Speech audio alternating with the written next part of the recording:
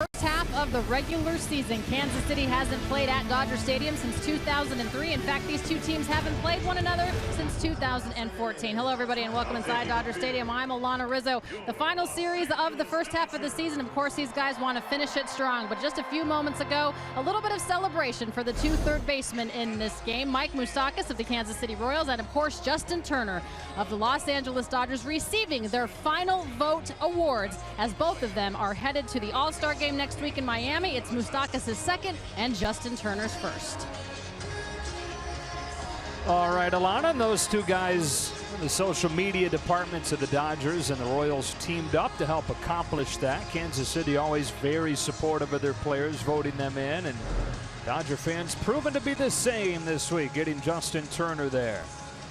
Just about ready for game one of this series. How about the starting lineup for the Kansas City Royals? Whit Merrifield will lead things off. Then it's Ramon Torres, Kane and Hosmer 3 and 4. Salvador Perez, one of the game's best catchers, bats fifth. Moustakas is the sixth hitter at third. Alcides Escobar at short. Alex Gordon in left. And Jason Hamill does the pitching and bats ninth. Kenta Maeda had picked up some steam through June. He had an ERA of 1.06 over a 4-outing span, but then his last start, his shortest one of the year, went only 3 2/3 and only gave up 5 runs on 8 hits. The curveball had started to come around, and all of a sudden that was getting hit in the last outing. But here tonight, the bounce back outing, he's looking to get ahead and then stretch the plate. These Kansas City Royals, they walk the least amount in the American League, and they strike out the fourth most amount. So that's going to tell you they're going to be swinging. And Kenta very good at expanding the plate with his slider, with his two-seamer.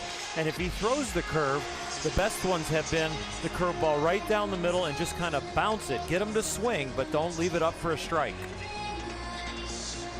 Dodgers have won 23 of 27. They're tied with the Astros for the most wins in baseball. A half game back in the loss column of Houston for the best record in the game. 5.5 game lead in the division. That's 5.5 games better than anybody in the National League. And they have taken care of business in their own home ballpark. Best home record in baseball, and they've won 15 of 16 here at Chavez Ravine.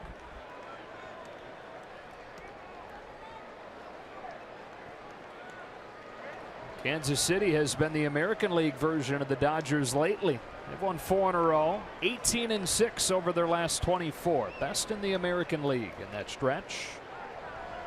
So we're ready. And off we go with strike one. The offense for the Royals has been a big part of their turnaround this year. And you put it all together, they're still one of the worst offensive teams in baseball overall this year, but much better over the last month. Quickly, no balls and 2 strikes. Get ahead, expand the plate a little bit.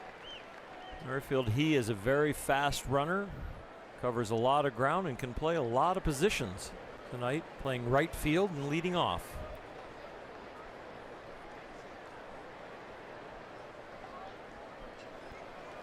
Ida brings him an 0-2 and a ground ball foul. Royals started this road trip in Seattle, swept the Mariners. They've been really good on the West Coast this year. A lot of times you see teams from the Central and the Eastern time zone come out west and struggle.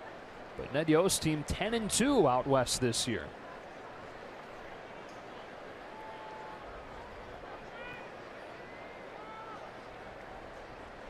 Whit Merrifield leading the game off with a fly ball to left center field. Peterson and Taylor. It's Jock Peterson for the first out. It's an interesting looking kind of saunter over to it. Wasn't sure that he had located it. Usually 2 hands are I can't find it. 1 hand is to hold off the right fielder or the left fielder. That was it. You're right. Very interesting. It's an out.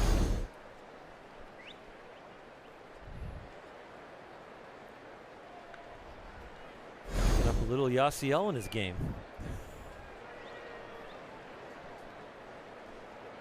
Here's Ramon Torres.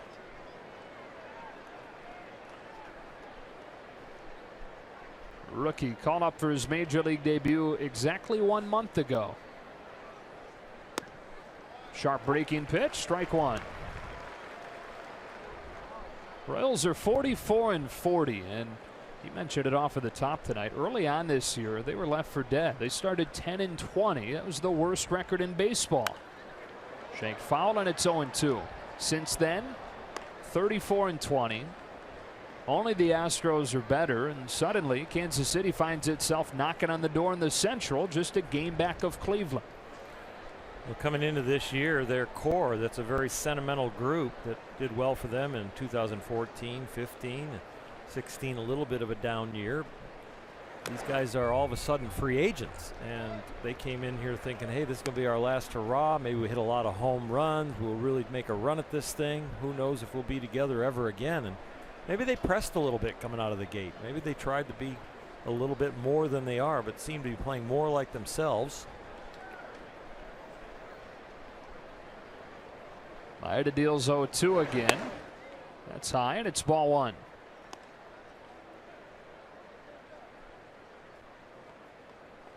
Back-to-back pennants in 2014 and 15. World champions in 2015. Maeda pitches 1-2. Takes off on him, ball two. He missed the runway with that one. Yeah, Asmani wanted a bounce breaking ball, and he threw it up over his head almost.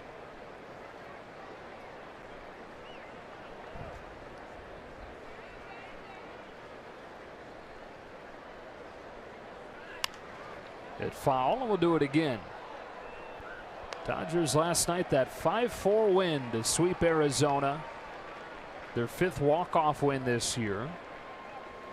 And it leads to the 9th sweep of the year to lead the majors.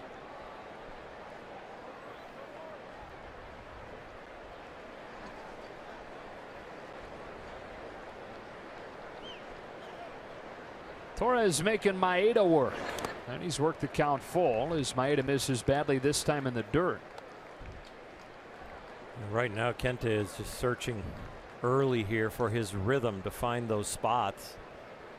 Got the out, but he's got a 3-2 count, and the reason really he's missed by a lot on 3 pitches.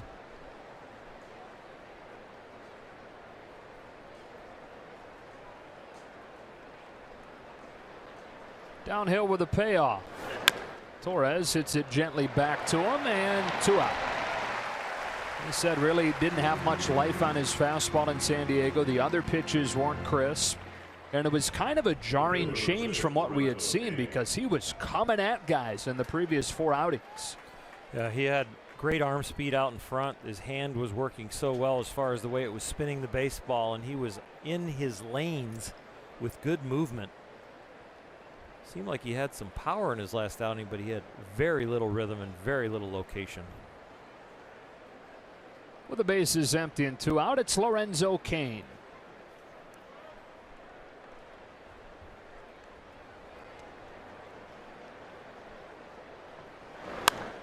It's the first pitch foul.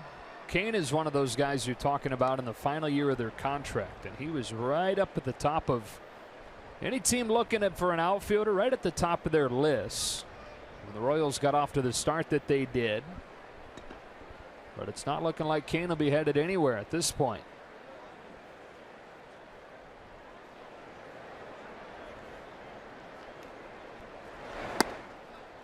One and one.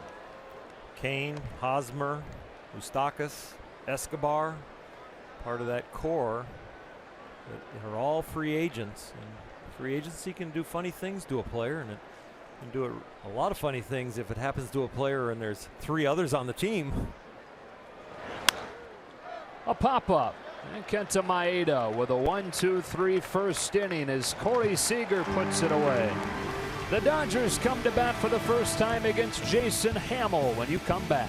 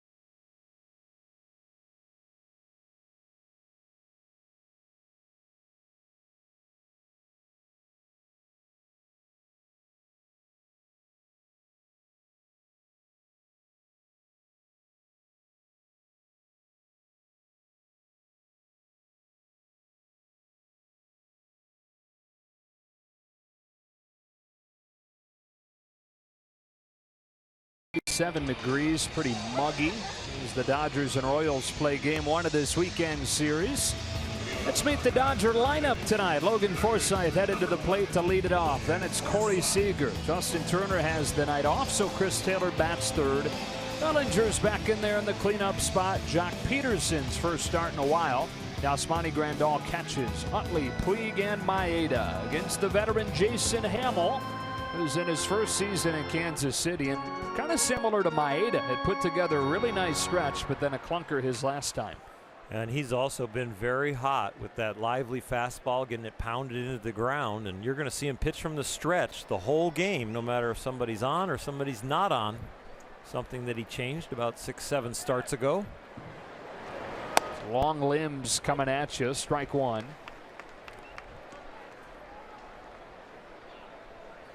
Forsythe on some kind of tear right now.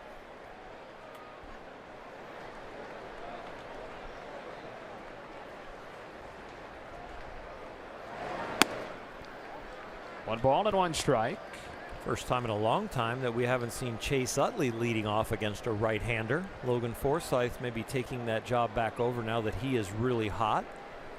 Chase down in the 7-hole tonight. Having struggled lately. On this 1-1 pitch, Forsythe fouls it off 1-2.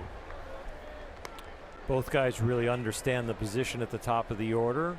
First and foremost, no matter when the pitch is thrown, get on base. And then secondly, if you are getting balls, make sure you take them and build the count. So very much the same MO, just hitting from a different side of the plate.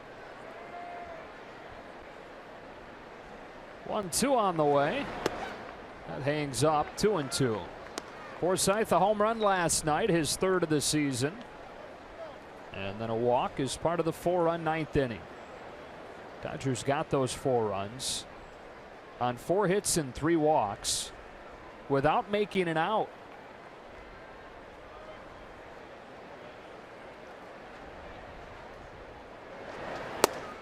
Full count. It's almost like you knew what was going to happen before it did, because it was unfolding so slowly. And with every time that Fernando Rodney missed the zone, you got a little bit more belief and a little bit more belief, and then it became obvious what was going on.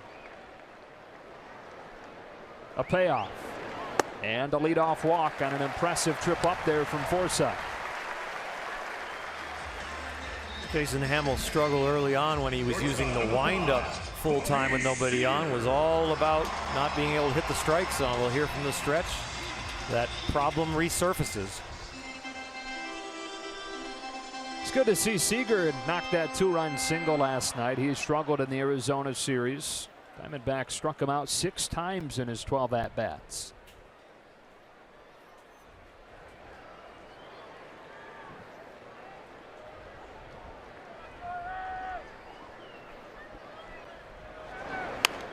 Breaking ball punched to short.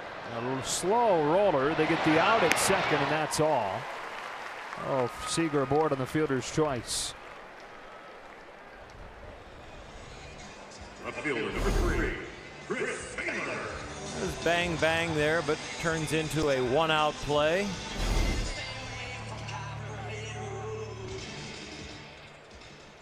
That brings up Chris Taylor, one of the many heroes last night, but he'll deserve and get most of the credit when you look back on it with his game-winning hit. The 4th of the night for him. First career 4-hit game. He had a chance at a grand slam. That's what he always does when he's the hero. He just took a measly old single to left.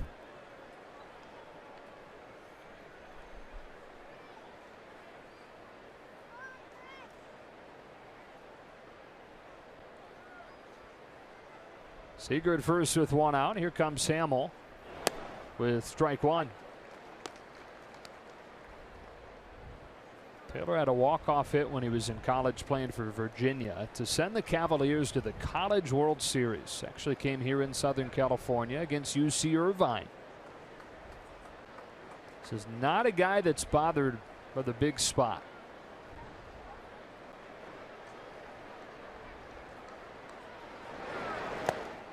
That one drops over the inside corner. 0-2.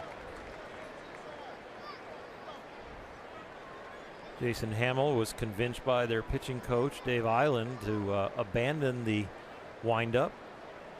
They also did a few other things with his mechanics. He's not quite as closed off as he used to be, and maybe a little less tilt when he comes towards the plate, a little more level with the shoulders.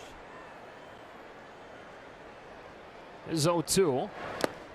Taylor tries to lay off a sharp biter, and he does. 1-2.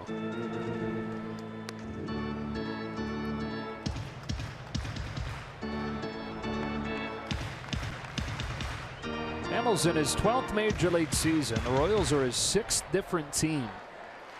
A world championship ring last year with the Cubs, even though he was left off the postseason roster. He was a big part of their dominant regular season. Won 15 games.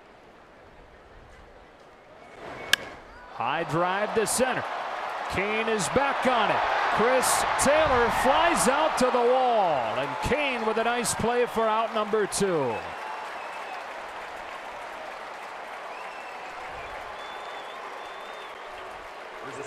Lorenzo Cain will remind Southern California fans of Devon White. Long, loping strides, covering lots of ground. A tremendous athlete that makes things that are difficult look so easy and smooth. And as a free agent, just for his defensive abilities, he will get paid. Kind of like Jason Hayward in Chicago. But he also has a bat. Well, I had a great perspective right here behind the dugout. I mean, one, it was a great swing by Chris Taylor once again, but immediately after that play, everybody in the dugout here for the Royals, they immediately just put their hat up. You saw there in the replay, Jason Hamill, how he kind of tipped his hat, but it was immediately done over here in the bullpen, I mean, in the dugout. Everybody tipping his hat, and even Kane in center field returned it. So great play, great swing, though. From here, you can really see how well Chris Taylor is on the pitches and staying on that ball. Cody Bellinger now behind 0-1.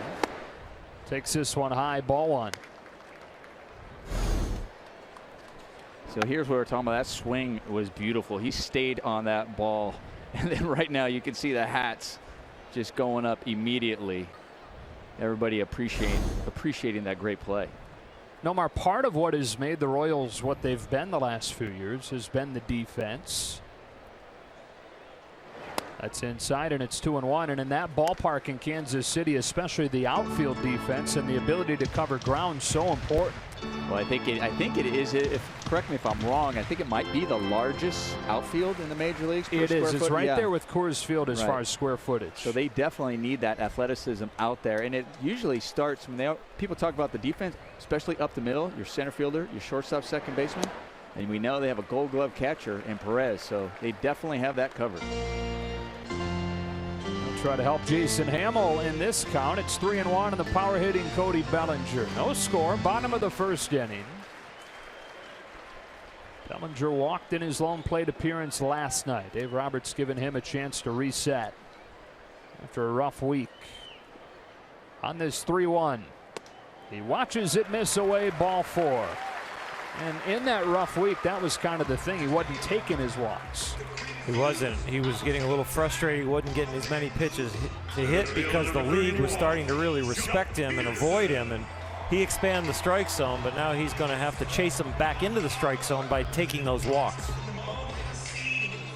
2 on with 2 out, and here's Jock Peterson.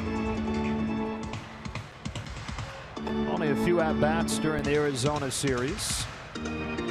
Did have a walk during the 9th inning last night and scored one of the 4 runs.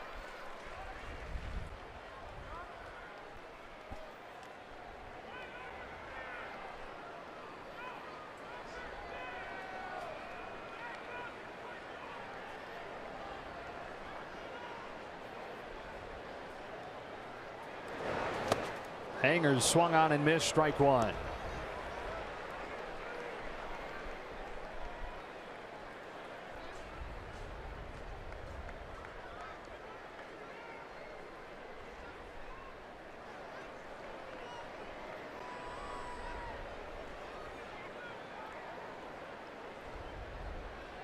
Seager at second, Bellinger at first, and Hamill to Peterson with the 0-1 pitch. Fouled off, strike 2.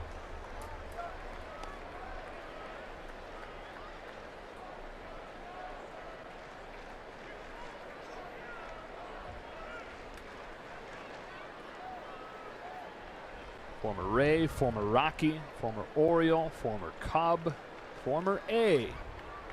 Now in his age 34 season, pitching for Kansas City. Trying to get back on track after a rough outing his last time. His 0-2. Peterson grounds it softly. And at second, it's Torres to throw him out. Dodgers put 2 on but don't score, thanks in large part to the defense from Lorenzo Cain.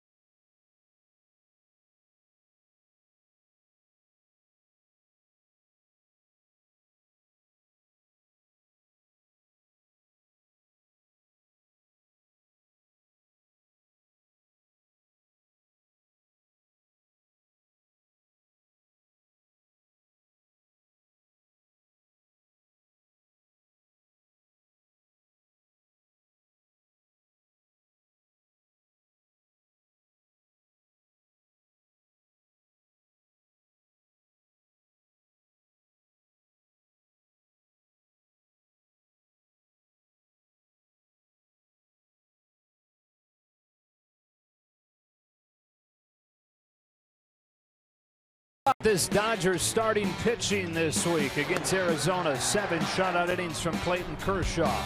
And then Alex Wood did the same. 7 innings, no runs. Both those guys reaching double-digit strikeouts. Hill gave up 1 run in the solo shot to Jake Lamb, but that was one of the just 2 hits that he allowed over another 7-inning outing. Game 3, they just had to wait for the bats, and really they had to wait for the balls. Compliments of Fernando Rodney. And then they just capped it off with the Chris Taylor hit and the Corey Seager hit that got 2 in between all the walks. And congratulations again to Alex Wood being named to the All-Star team, the 6th Dodger this year, which is a great representation for the best team in the National League. Eric Hosmer leads off the second, strike 1.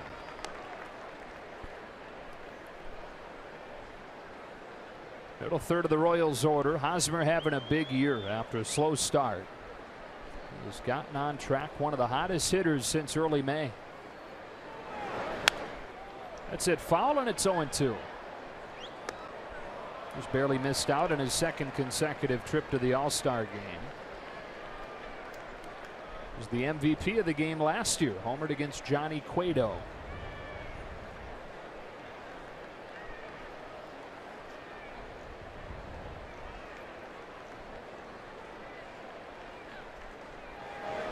Ball 1. You know, Joe, it might have taken a while, but I think there are no snubs on the Dodger roster now as far as the All-Stars. Got it right, finally. I think they got it right. It took the fans backing Justin Turner. It took the league knowing that Clayton Kershaw wouldn't be able to pitch in the game, so they could add Alex Wood, and I think they got them all right. A 1-2. And Maeda has his 2nd strikeout. Hosmer the first out of the 2nd inning. It's the first time since 1991 the Dodgers have had 6 All-Star representatives.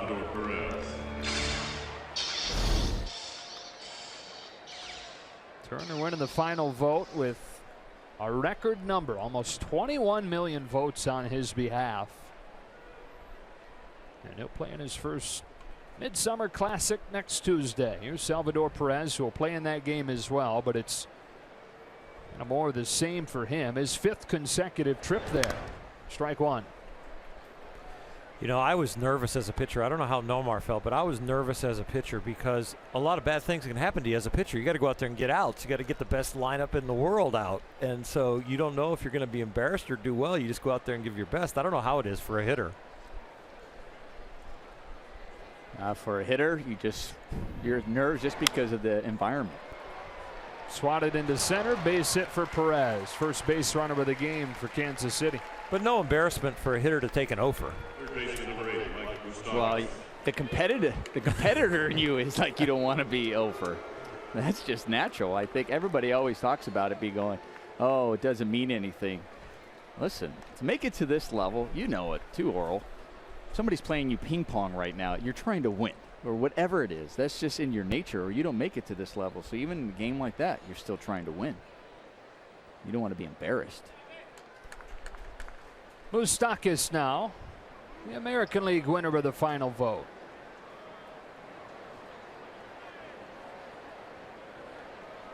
It'll be Moustakas' second trip. It's at foul, strike one.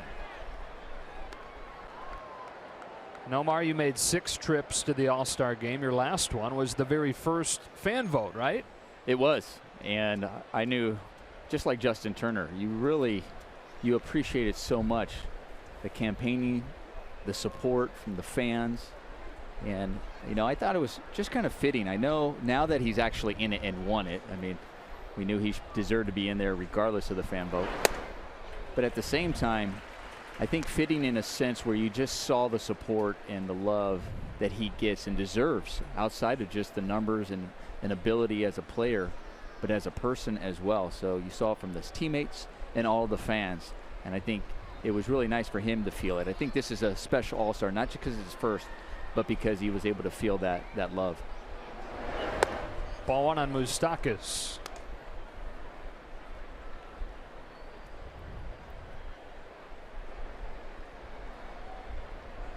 What a year Mike Moustakas is having. 25 home runs. He almost certainly will set the Royals record, which is the lowest number for any franchise for a single season record. And it's quite the trivia question too. 2-2. Franchise record holder for a single season home runs for the Royals, Steve Balboni. 36. It's the franchise record. Yeah, low. You're right. That was during the World Championship season 1985, which was their last postseason trip before they won the pennant in 2014. Runner at first with one out and a 2-2. Maeda gets him swinging. 2 out. Take a look at the Audi pitch cast on this punch out down there below the zone in 89. A little good movement. Aaron Judge hit his 30th today. Which I believe ties him with Mark McGwire for the most ever for a rookie prior to the break.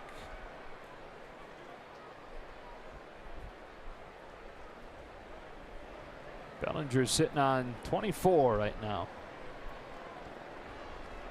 And a fresh haircut. Very fresh fade there. Alcides Escobar pops the first pitch up into short right field. Chase Utley knows who's behind him, so is sure to scream it loud that he's got it. And the inning is over. Maeda gives up a 1-out single, but that's it for the bottom of the second in a scoreless game.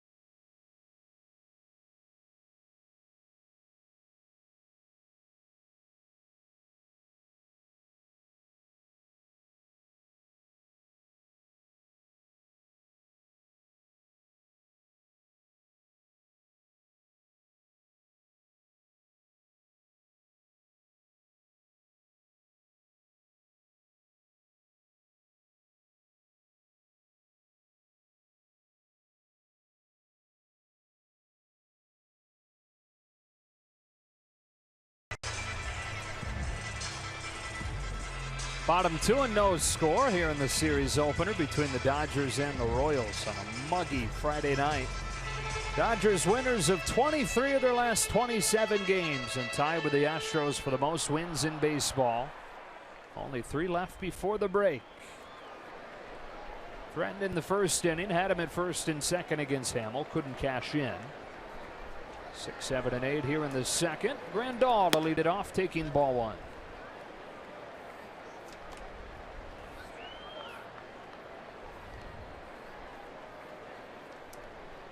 Grandal 5 home runs in his last 10 games.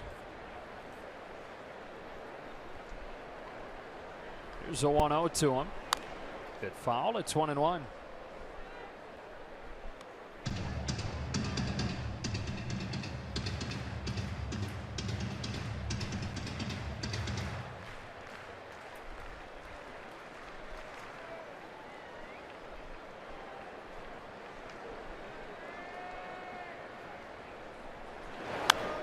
Climb the ladder to foul back 1-2. Such a benefit to have Austin Barnes now not only behind Yasmani Grandal, you might have said that at the beginning of the year, but with Yasmani Grandal as well as he's played. The Dodgers are just as good when Austin's in there, but Yaz is definitely still the #1 catcher. It's a bullet foul. The 2 catchers in this series, the 2 most productive catchers in baseball the last few years as far as home runs and runs batted in. Grandal and Perez. Both pretty good defensively as well. Grandal swings and misses on a ball in the dirt. Perez will finish him off, 1 out.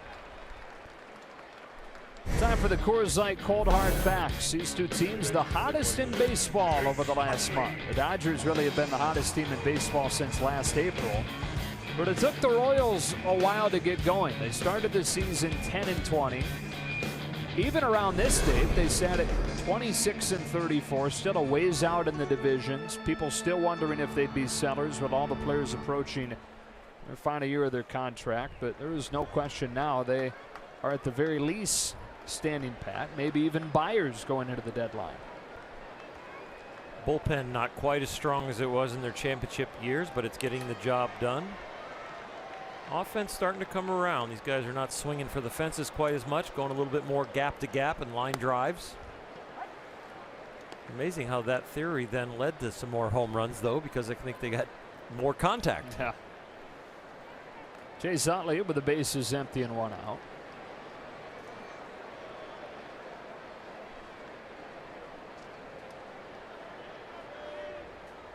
Hamill brings him in 0-1. Utley hits a fly ball to left.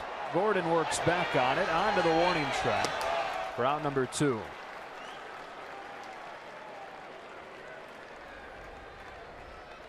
Right field, number 66, Yasiel Puig. Yasiel Puig started the 9th inning last night with a single to the right side against Rodney. And then Rodney just simply lost it, couldn't find the zone.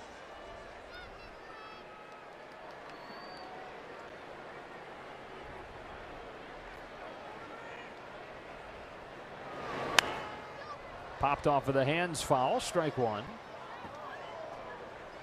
Puig 15 home runs this year. Career high for him is 19. That was during his rookie season.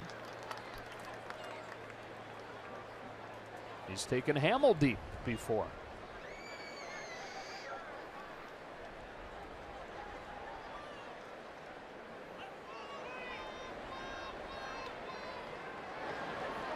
The 0-1. Hard hit, base hit. Yasiel Puig with a 2-out single. And at the very least, the Dodgers get the pitcher to the plate here in the second instead of having to lead off the third with him. Ground ball to right in the 9th inning to lead off that comeback. This one to left. Most important thing about these ground balls is they're all turning into about 3 hoppers now and hitting them a lot harder than rolling over and hitting those little choppers to third base. So the swing is getting better.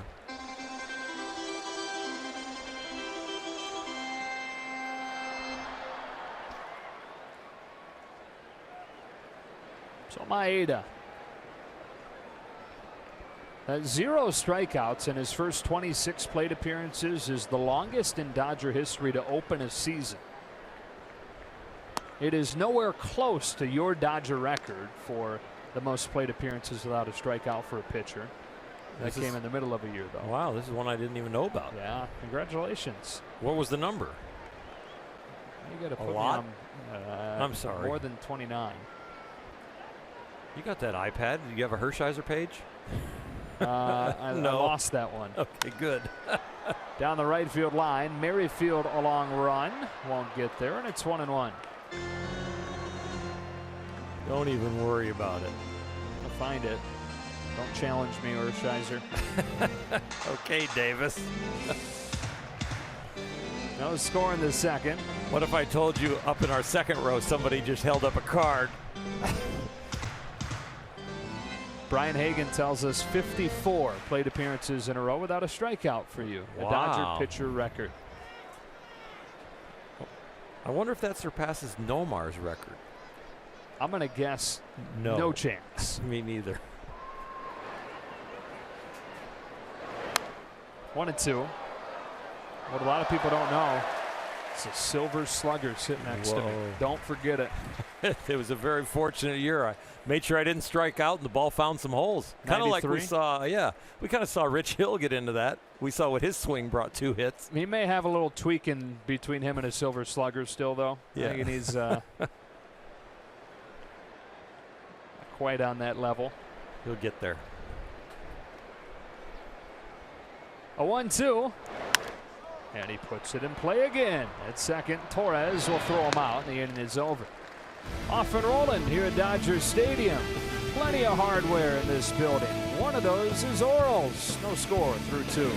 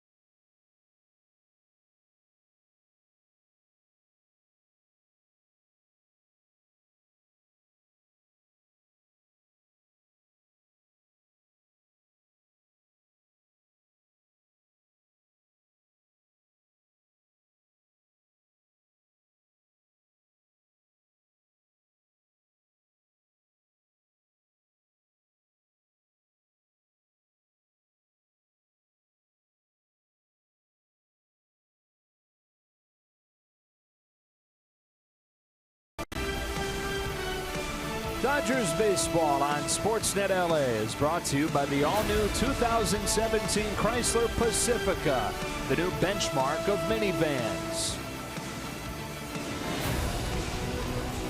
On this date in 1998, Jeff Shaw became the first player to participate in an All-Star game wearing a uniform for a team that he hadn't actually pitched for yet. Dodgers acquired him from the Reds right before the All-Star game, and he was great for Cincinnati. That earned him the bid. Really good for the Dodgers after this, but what a weird thing. He puts the Dodger uniform on for the first time in the All-Star game. Crazy. It's one thing to play a doubleheader. We've seen them where guys walk across this field in the middle of series or in the middle of a doubleheader, switch sides, but to never appear in the uniform and then wear it in the All-Star game. Alex Gordon to lead off in a scoreless third. 8-9-1 for Kansas City in this inning. Maeda gets him to pop the first pitch up on the right side of the infield. It's Cody Bellinger. One pitch and one out.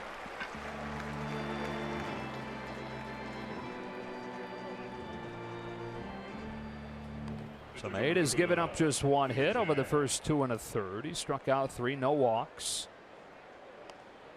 And looks a little bit more like the guy the Dodgers enjoyed watching as he was working back and forth between the bullpen and the rotation than the guy that popped up again in his last start.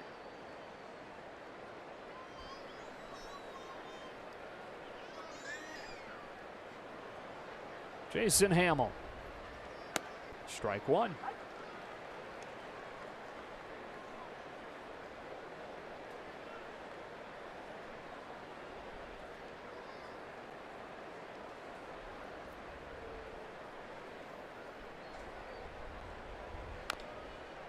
Quickly 0-2.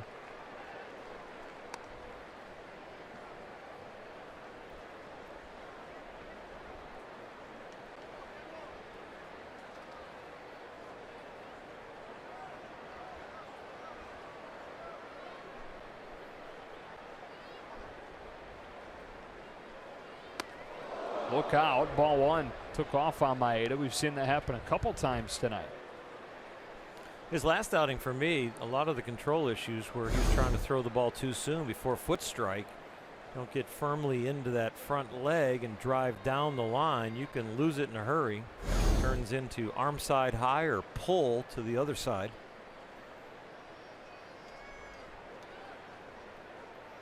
Back with a 1-2. Hamill drives one to right. Puig was playing the pitcher shallow. He's there. 2 out. MLB.TV every night, every device. Watch out on every out-of-market regular season game live. Plus, get free subscriptions to At Bat Premium, the #1 app for live baseball. Blackout and other restrictions apply. Visit MLB.TV for details. And that promo was read live, as you can tell. You've had a few clunkers lately, Oral. I have. Promos. I know. Second time through the Kansas City order. Here's Whit Merrifield.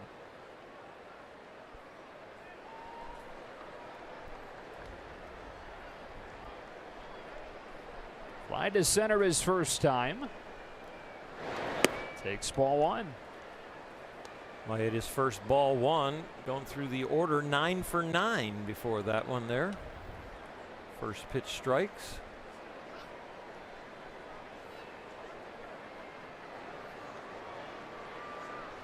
Quickly gets it, 1-1.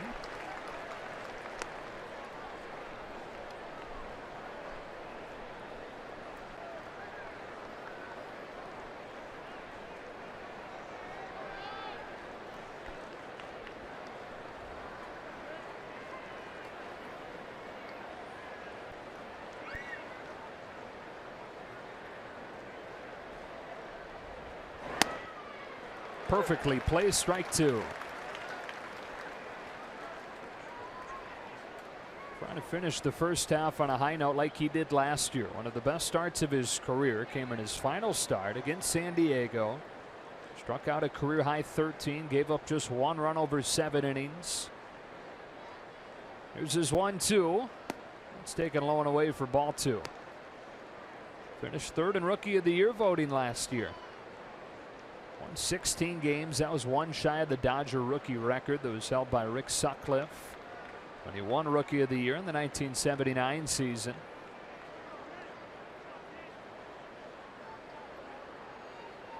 A 2-2 is down and the count is full.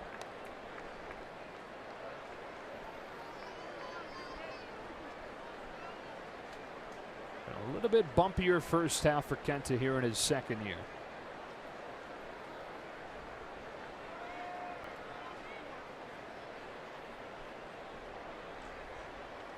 The payoff and a 2-out walk.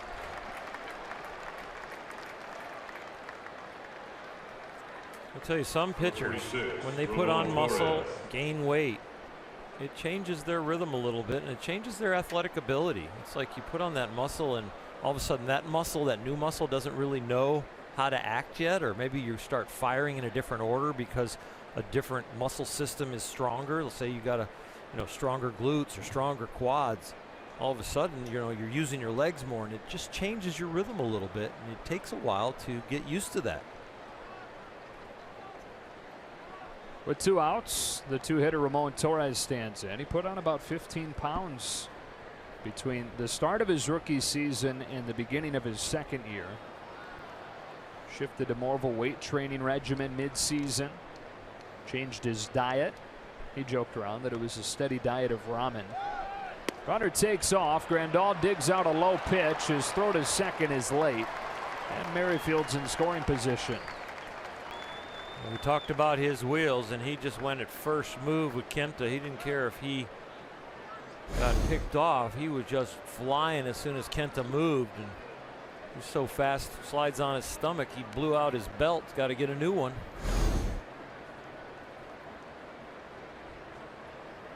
Yeah, around age 33, 34, I took the deadlifting up then and started to build bigger muscles. And it took me a good half a season to get used to, you know, being a lot stronger instead of just long, lean, and good endurance. All of a sudden, there was a lot more strength in my body. I just felt like I needed it as I was getting older.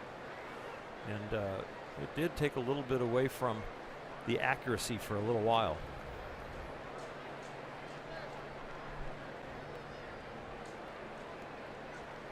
And weight training, not a big part of the Japanese game. Yu Darvish, one of the first guys really to adopt a serious weightlifting routine and thrive with it. And he's the one who introduced Maeda to the idea of incorporating more of it. And tails around the plate, and it's 2-0. And obviously Brandon McDaniel and the strength staff here put together a great plan for Kenta to put on the added bulk. I'm not blaming it on that at all. I think it's a great program. I think it's great to put that strength on. You know, you want to make sure you keep your flexibility and your endurance, but the strength actually helps you. But you just have to learn to deal with it. Also can change your mentality out there, because when you throw the baseball, it feels like you're throwing it more efficiently, so it feels like you can go at it harder because you're not feeling that edge of your mechanics where things are falling apart because you're so strong. You're able to stay on line and stay together. And sometimes it kind of gets you in a mentality of almost overthrowing because throwing is easier. That one caught the corner, and it's 3-1.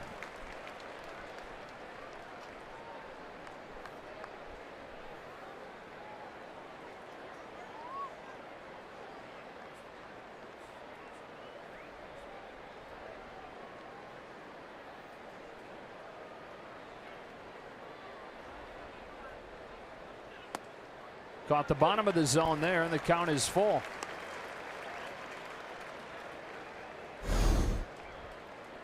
Two-out walk, and was threatening to walk him here, but gets that strike called.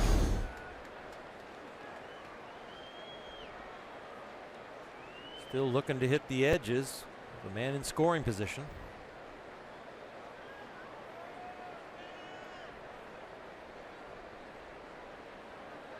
Here comes a 3-2, and back-to-back 2-out walks for Maeda.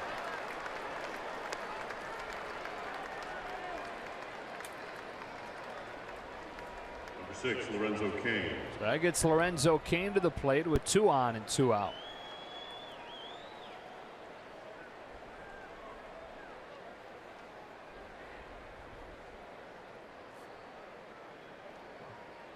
As dangerous as the Dodger fans feel the Dodger lineup is now, the length and the strength of it, that's where this Kansas City team is. They have really come around, and all 8 of their hitters are feeling much better as hitting as a lineup as a whole.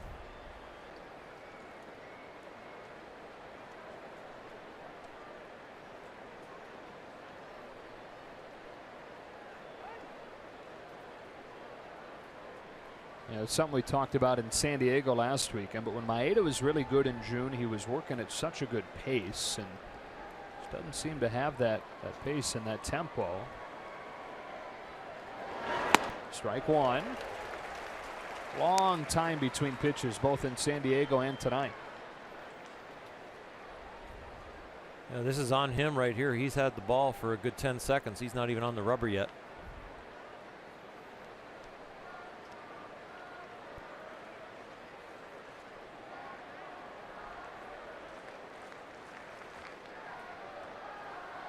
Downhill 0-1. Kane takes strike 2. And Maeda with a chance to get out of it here.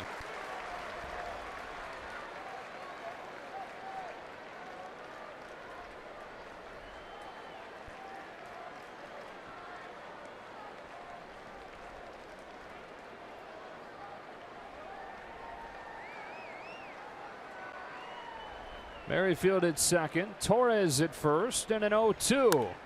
Pumped foul. Kane, 31 years old, 8th major league season. Key with him has been staying healthy. Last year was a hamstring and a wrist injury, limited him to 103 games. He's never had a full season where he's been able to stay healthy the entire way. This is the closest thing that he's had to that. And when he's been healthy, he's been one of the game's best all-around center fielders. On 0-2, he takes one that hits off the glove of Grandal, and up to second and third they go. Now, Osmani hasn't had one of these in a long time. He stretches the strike zone a lot of times by trying to keep the glove close to the strike zone and catch it in the end of his webbing. That one was probably going to be a ball no matter what. Probably didn't need to take that risk.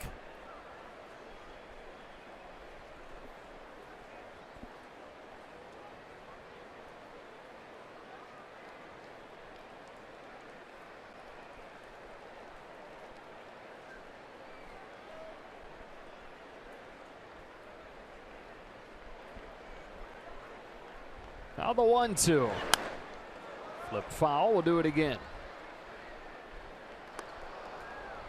Kane's already saved a run, likely, with a leaping play in center. Now trying to produce the first runs of the game for Kansas City as they go for a 5th consecutive win. Have a chance tonight to move into first place for the first time all year, depending on what Cleveland does. Hung around because that division's been so mediocre, and have risen to the top with their stellar play lately. Another 1-2. A fly ball and foul ground at first. Does Bellinger have room? No.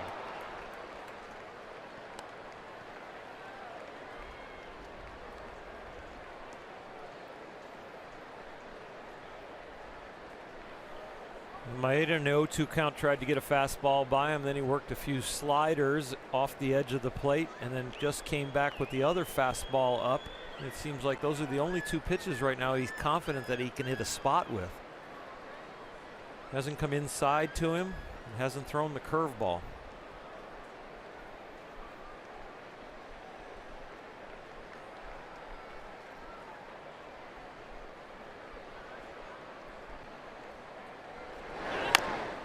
Fouled hard off his foot, and it stays at 1-2.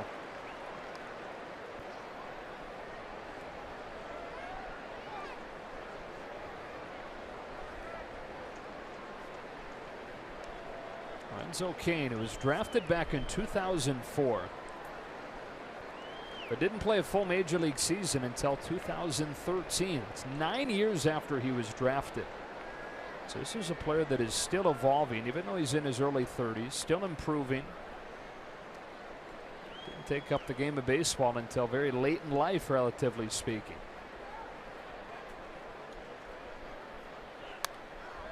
His 5th pitch that he's fouled off. Maeda just unable to put him away here.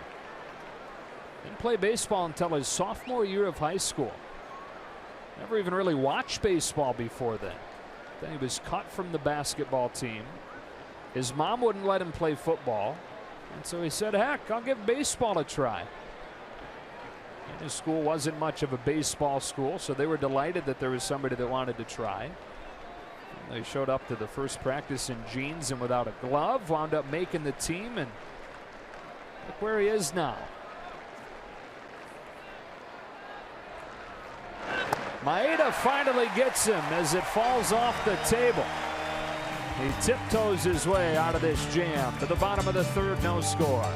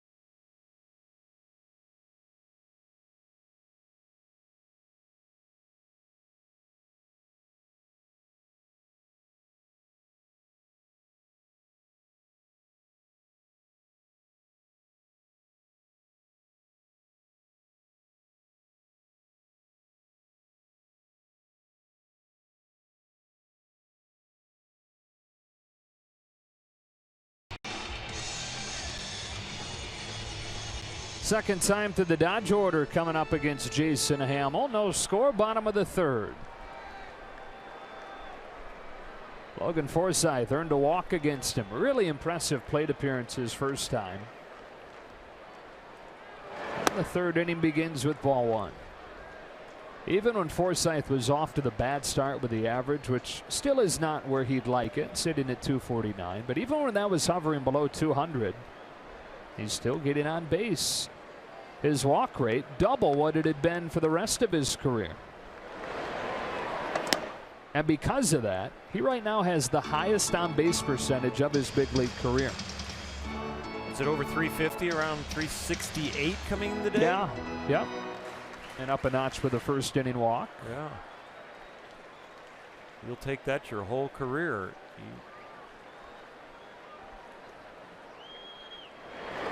Right from his first few at-bats in spring training, we saw that kind of eye and that kind of discipline and professionalism.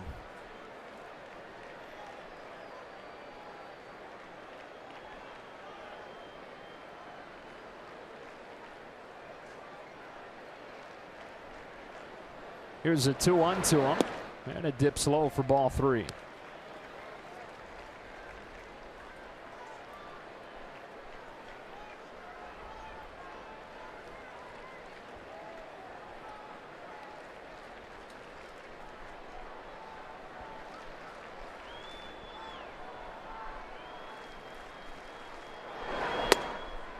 Just misses high, and Forsythe is walked for the second time tonight.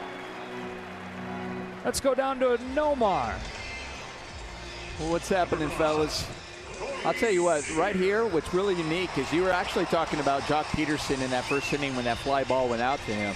When here, sitting over here, you can actually see early on, it was tough to see the ball in the background of the stands actually going into the catcher. So I could see how Jock might have missed that. But up in the air, it was fine to see. But now it's okay to see the ball. But eventually, you're going to get that twilight where it'll be tough to see in the sky. Strike one on Corey Seager. Yeah, we've been noticing that Nomar a lot, not only here at Dodger Stadium, but just through the summer months here as the sun moves in the sky. These 7 o'clock starts all around have really given it some tough visibility for about 2 or 3 innings in the middle of the games. Yeah, there's definitely needs to be a lot of communication, especially when that ball goes up in the air. But like what was interesting, though, just seeing that, one affects the outfielders, but the infielder, that first step is so important. So if you don't really see it come off that bat for the ground ball, it can really eat you up later. Boy, and the top of this zone right now from Todd Titchener, the home plate umpire, is almost non-existent. That would have been fine with me because I was always trying to keep it down. Sure. But in today's game, what they have really found out is guys don't hit the curveball as well, and the fastball that plays off the curveball is the high fastball. They like to attack the top of the zone. Got that one down, and Seager swung through it, 1-2. No top of the zone will not help bullpens either, because a lot of bullpens come out with guys that throw 95 and above, and they love to pitch to the top of the zone.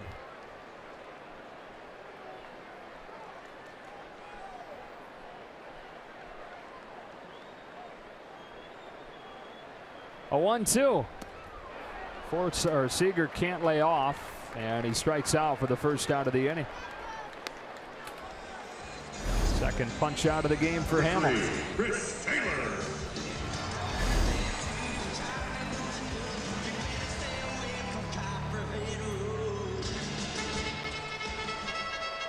With one out, here's Taylor, who just barely missed hitting his 11th home run of the season his first time up. Went to straightaway center field, and Lorenzo Cain made a leaping catch against the wall.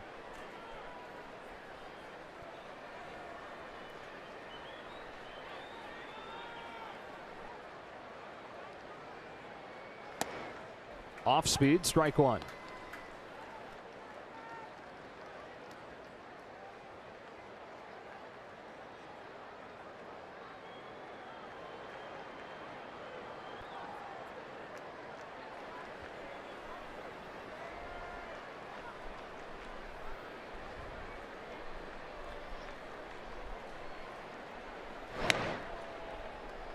runners have had their way with Jason Hamill this year.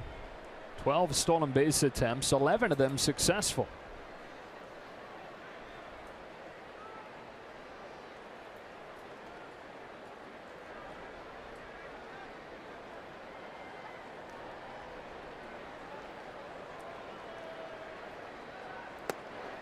Oh, and 2. Cameras on every portion of the field, looking at guys' first steps, looking if anybody is shading in the infield and giving away pitch location or pitch selection. Pitchers that are trying to hold you close, what do they move first? All kinds of things that are being studied by the opposition with all the information that's out there.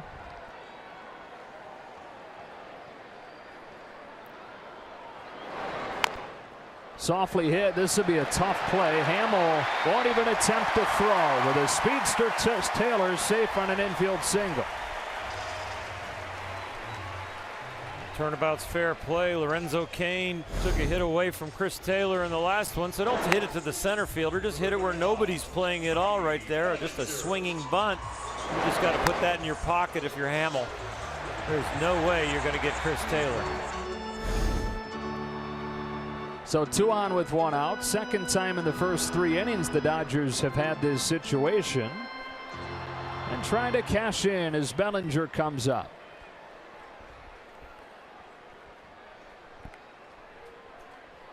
Walked his first time tonight, just like in the 9th inning last night.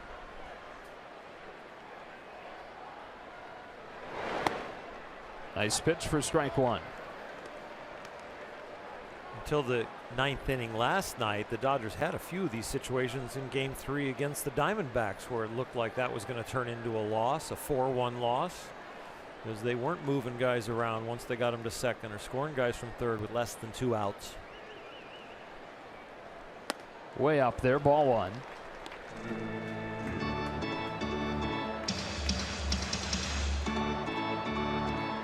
The control of Fernando Rodney and the patience of the Dodgers really is what turned that game around in the 9th.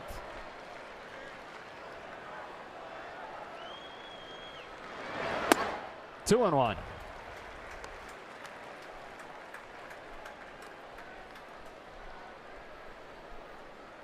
So pitching coach Dave Island, who you mentioned earlier, is being partially responsible for Hamill turning his season around in early June, working on some mechanical tweaks. The 2-1 to Cody Bellinger. Caught on and missed, 2-2.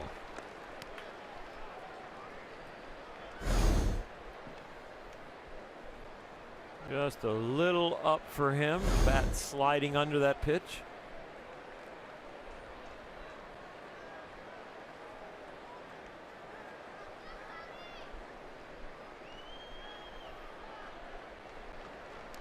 Spiked in there. Somehow Perez keeps it in the vicinity, even though I'm not sure he knew exactly where it was. And a full count on Bellinger with 1 out and runners at first and second. He thinks he's going to block it. He ends up just trapping it under his arms. And boy, he did not know where that was at all.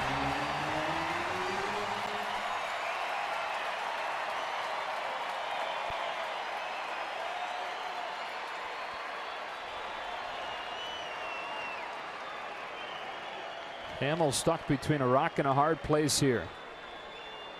Facing one of the top power hitters in the game with 2 on and 1 out, a 3-2.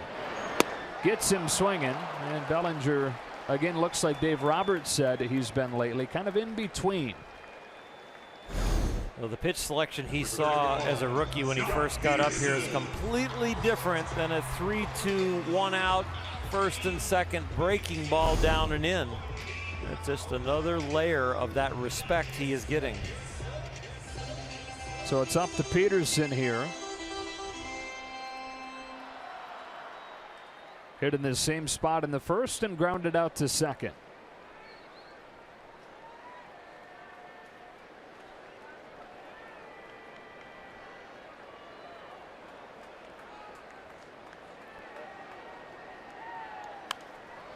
Pop foul, strike 1.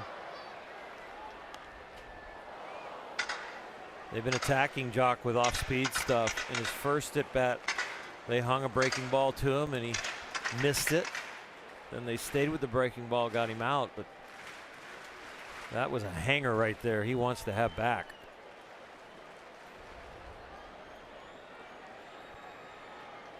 Dodgers with base runners in all 3 innings of this game. Left 2 in the first and 1 in the second. Here comes Hamill with an 0-1 for ball 1. Signed a 2-year deal this offseason. Kansas City was not really planning on going after Jason Hamill, but then the tragic death of Yordano Ventura in the car accident at his home in the Dominican. So it was a bit of an awkward thing for Jason Hamill to come in, and he addressed it during the press conference.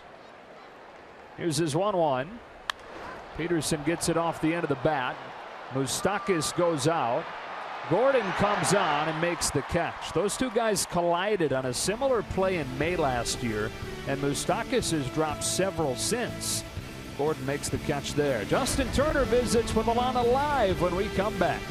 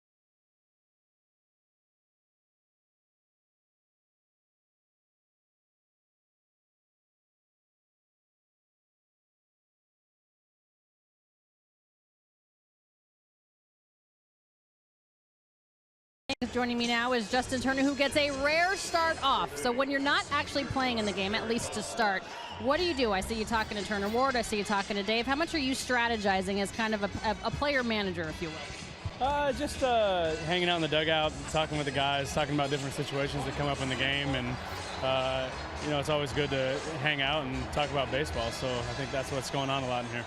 Such a busy morning for you and a busy afternoon before the game. You and Mike Moustakas getting together. Why are we booing? Oh, the kiss cam is up there. Someone's not kissing somebody else. Your thought about just kind of talking with him and also Alex Wood's selection as well? Yeah, it was obviously a pretty special day to be recognized. Moose getting in for the second time is pretty cool. I actually didn't know that, and pretty cool honor for him. And how perfect this all worked out that, you know, they were here this weekend. We teamed up together, both made it in the final vote.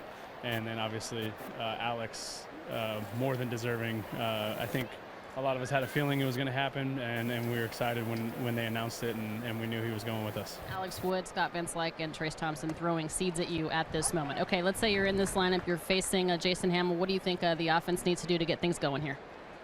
Yeah, he's tough. You know, he's sinking it, and he's got a good slider. And, you know, when guys have good breaking balls, you know, you want to try to get him up, but he pitches up in the zone with the fastball. So he's tough. We just got to stay in the strike zone off him and keep hitting balls hard. I know that you've had a lot of demands on you. As always, thank you for your time. Thank you. All right, guys. Thank you, Alana. Thanks to Justin for taking the time to do that. And thanks to Clayton Kershaw for the dance moves. I thought the dance was amazing going on behind him.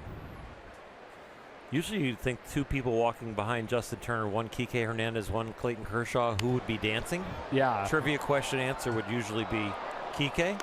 10 out of 10. Yeah. We got fooled. We're going to Carl's cam it.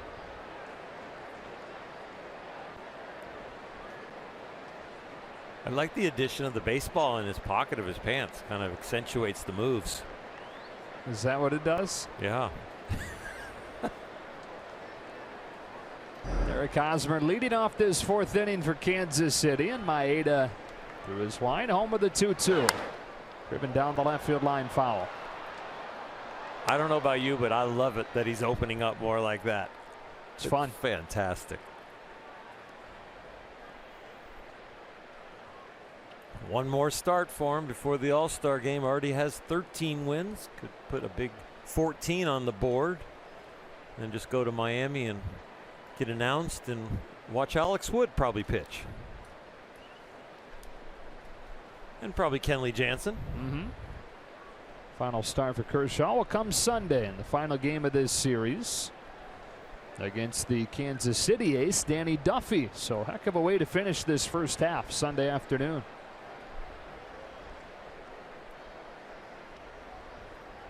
Here comes another 2-2. Hosmer bounces one to second. Chase Utley's there to cut it off for the first out of the 4th. Only 1 hit, 2 walks against Maeda so far. He'll now face Salvador Perez. Both starting pitchers are very effective. A little bit on the slow side as far as the way they're methodically going about their work, but they're pitching around a little bit of traffic here and there and not having too much trouble. Doesn't the lack of tempo kind of make it feel like it's not going as well as the line would say? Exactly. Strike 1 on Perez. These were the nights as a starting pitcher that I like to get back on the rubber no matter what was going on and throw the ball as quick as possible, because it's very close out there. It's hot, and we're getting closer and closer to the dog days of August where the everyday players appreciate pace in the game.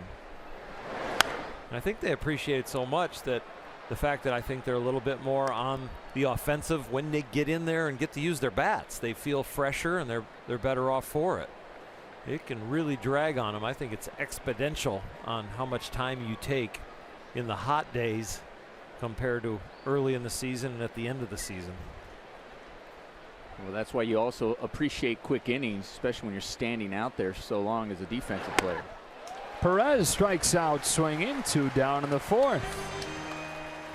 Next Friday on an all-new Backstage Dodgers, go behind the scenes as third baseman Justin Turner makes the push to be elected to his first All-Star game with the final vote, and later finds out obviously that he's been selected with that final vote. Don't miss it. Presented by Hankook Tire next Friday after the post game on Sportsnet LA.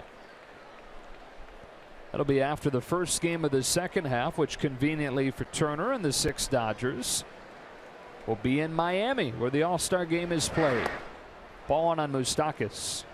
They're having a blast down there in the dugout. Well, Turner's just returning the favor after they gave him such a hard time during the interview. Who's he going after? Looked like Clayton and Trace Thompson was blocking. That's a bullet down the line into the corner. Moustakas headed for second. Puig comes up firing. His throw hits off of the glove of Chase Utley, and Moustakas with a 2-out double.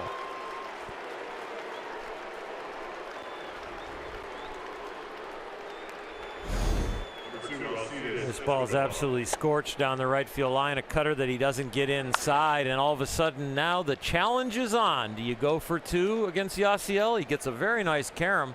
Moustakas never hesitated, so it was going to be bang bang even if this was right on the bag. Chase Utley with no chance. He almost, if Chase gets that in the glove, he might be out. Outstretched arms headed to second, but he wasn't on the bag when that ball contacted him. The reaction was going to be the same either way, because it's either Puig or Moose. And there's some Royals fans in here tonight and family friends of Moustakas, who's an LA native. That's a ball on Alcides Escobar. He's been better lately, but has the lowest on-base percentage of any qualified hitter. And it's kind of been the case with him the last few years, but they've continued to run him out there at short. Pretty solid defensively.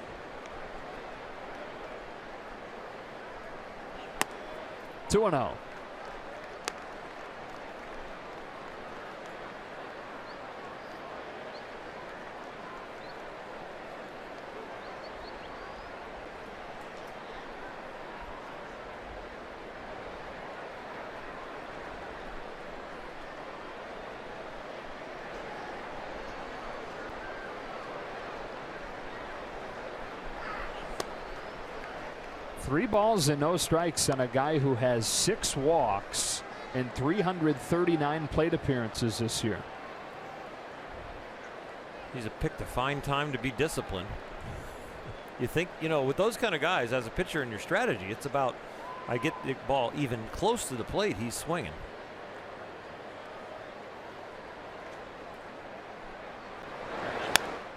He does at a 3-0. 3-1. Nice catch. Nomar, did he call you off? He did. I didn't want to bother him. I was like, he had it all the way. You can actually see the ball when it goes up in the air. So it was a nice catch. And you know what? The best thing part of it, he saved his beer. Didn't spill a drop. Wow. Yeah, it was impressive.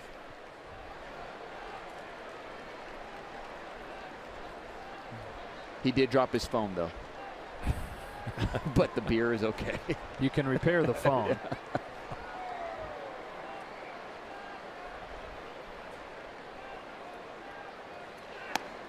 Strike call, 3-2.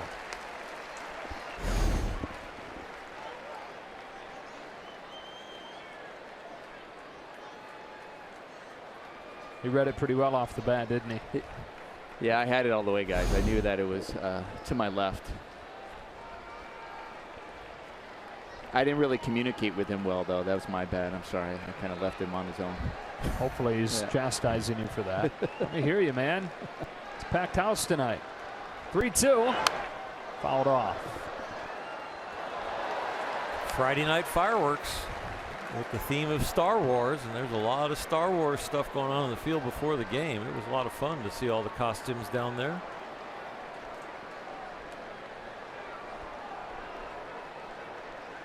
May the force be with Kenta on this 3-2.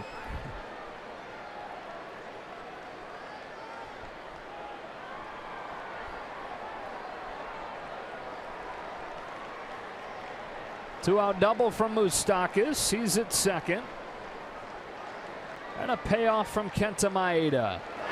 Escobar lines one into right center field. Peterson plays it off a bounce, but his throw goes into second, and Kansas City leads 1-0. Back-to-back two-out hits. Alcides Escobar brings home Mike Moustakas to make it 1-0.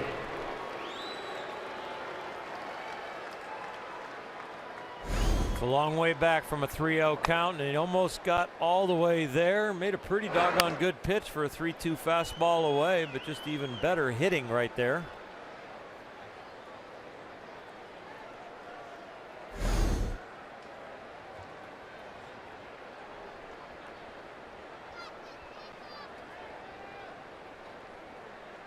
So the 8-hitter Alex Gordon comes up.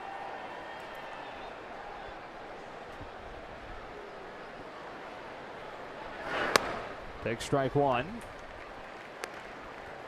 Popped out on the first pitch that he saw his first time.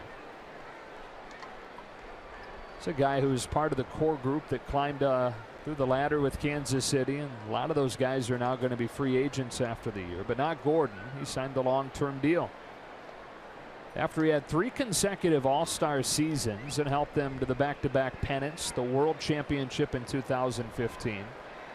He signed a franchise record deal prior to last year, but since then, the second lowest batting average in the majors.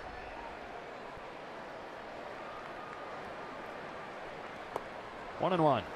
They say there are 3 or 4 games where all of a sudden he'll look like he's back, and then a game later he'll look like he's lost again. He did have a pretty major wrist injury that he's coming back from.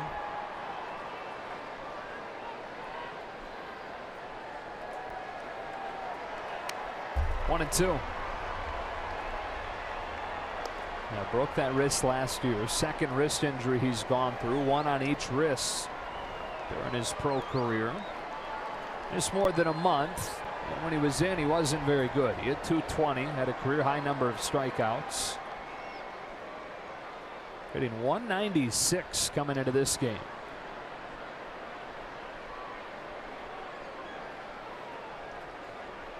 Escobar at first with 2 gone, and Maeda to the plate, 1-2. Runner takes off. Grandal's throw in time to get him and finish the inning. They will take a peek at this. Ned Yost already holding his hand up. And Don Wakamatsu, the bench coach, on the horn to see if they want to challenge.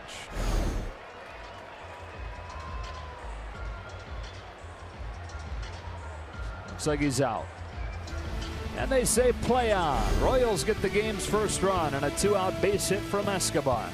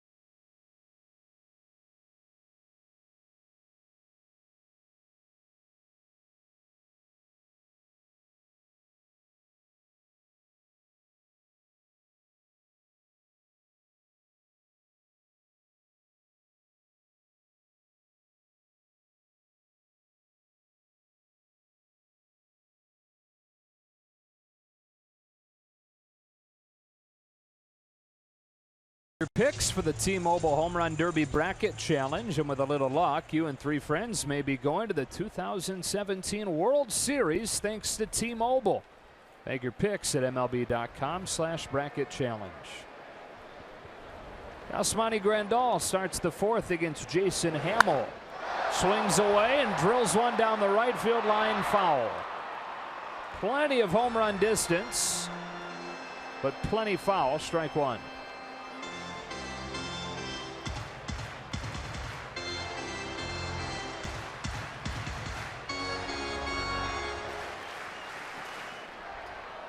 Dodgers 2 hits, 3 walks in this one, but they've stranded 5 over the first 3 innings. That's up, ball 1. Jason Hamill, born in South Carolina, grew up just outside of Seattle, Washington. 34-year-old, home with a 1-1. Grandal takes for strike 2.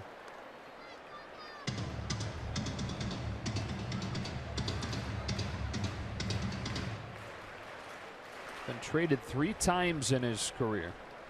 The Rays to the Rockies, Rockies to the Orioles, Cubs to the A's. Grandal for the 2nd time tonight strikes out on a pitch in the dirt, 1 away in the 4th. Number 26, Chase Utley. Brings up Utley.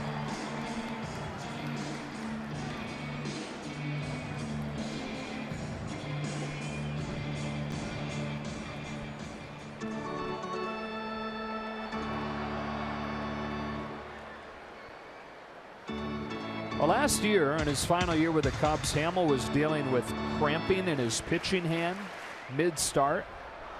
And so they were picking the brains of some of the team doctors, asking around what can he do about this. Couldn't seem to find any fix. That's strike 1 on Utley. One of the doctor's advice, PCP. You know what that is? Not what you're thinking. Potato chip prescription. Okay. He had him eat potato chips during his starts between innings, and then throughout the week between starts. It's a ground ball right side, sneaks through, base hit. Utley's aboard with a 1-out single. And what was the reason? Lots of potassium in them. The salt helped retain the water and stop cramping. The 6 starts following the potato chip prescription went 6-0 with a sub-1 ERA. And no cramps. No cramps. Wow. So if you're ever cramping at the gym or out for a run, just pull out a bag of potato chips and crush them. Just what the doctor ordered, literally.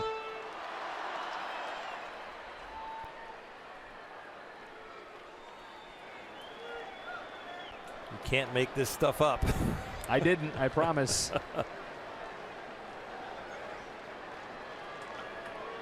Puig singled his first time with a man at first and 1 out here in the 4th inning.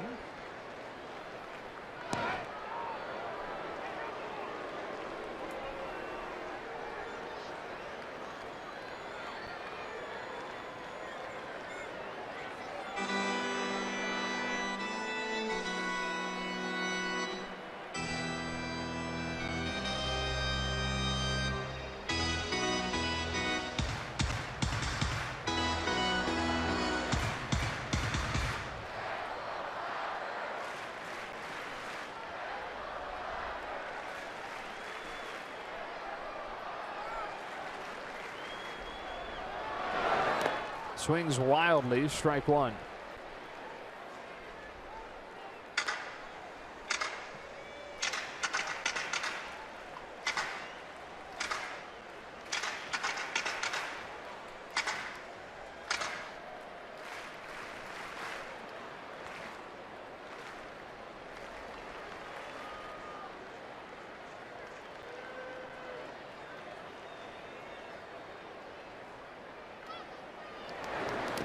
Again, just flails away. A little bit uncharacteristic of this year's version of Puig. He's in a 0-2 hole. First at bat, he got the base hit on a breaking ball like those, but it was up and it was a strike. A lot of times with a hitter like that, he gets a hit on your breaking ball, you think, I'm going to go away from that, try and fool him with something else. But with Yasiel, what they're giving him the same pitch, they're just putting it in a harder place to hit, and they're getting him to swing.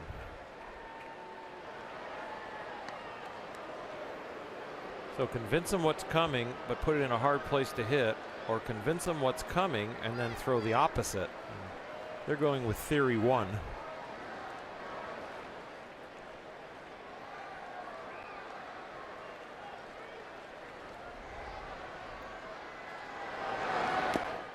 Try to get him to go again. This time he laid off.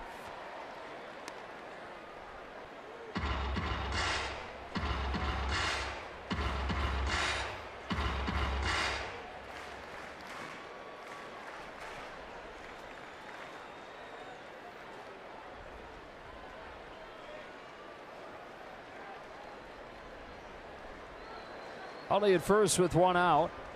And the 1-2 to Puig. Got him swinging.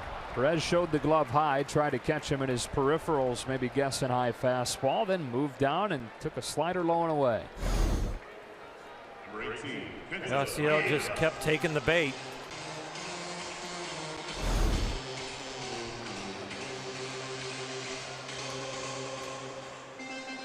Five Ks for Hamill, 2 away in the 4th. Kenta Maeda, who grounded his second his first time, stands in.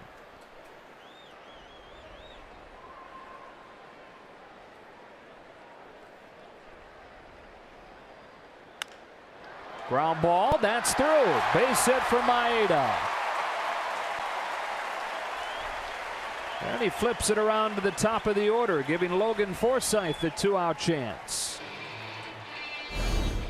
2-out rally, scored the run off of Kenta in the Dodgers last inning. It was a double and then a 3-0 count to 3-2 and then the single. Now 2 outs for the Dodgers and some guys on. Forsythe has walked both times tonight.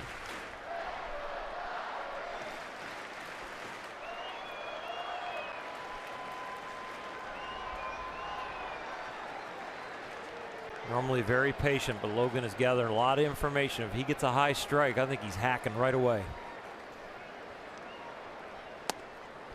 Took strike 1. Wow.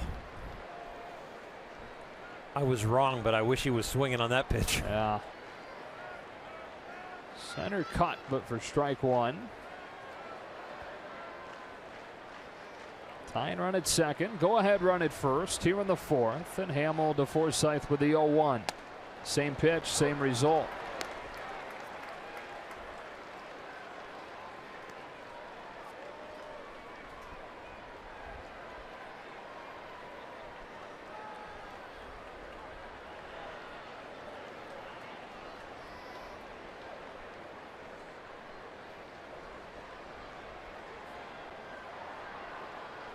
Now the 0-2. And the dirt, ball one.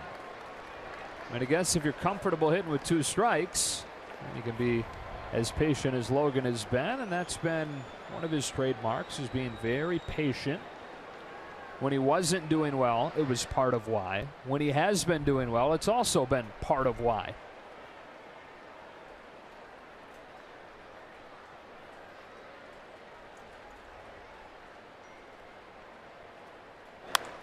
That is a base hit to right.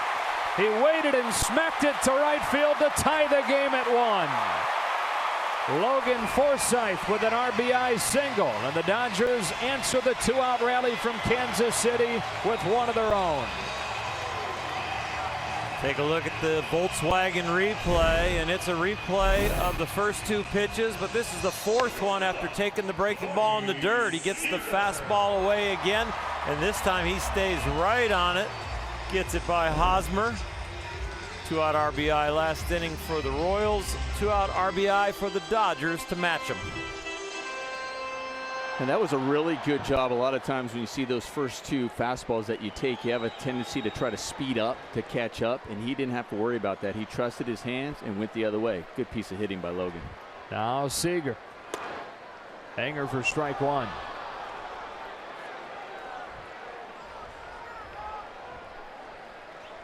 So the Dodgers 3 singles in this inning against Hamilton, finally able to cash in after they had stranded 5 over the first 3 innings.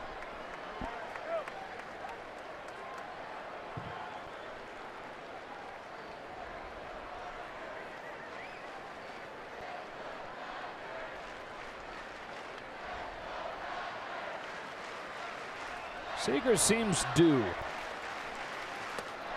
1-1. The game-tying hit in the 9th inning last night and a ground ball through the box.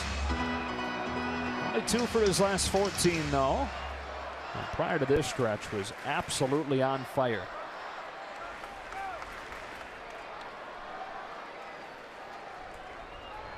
Two on, 2 out. 1-1 game. 1-1 pitch. Ball, strike 2.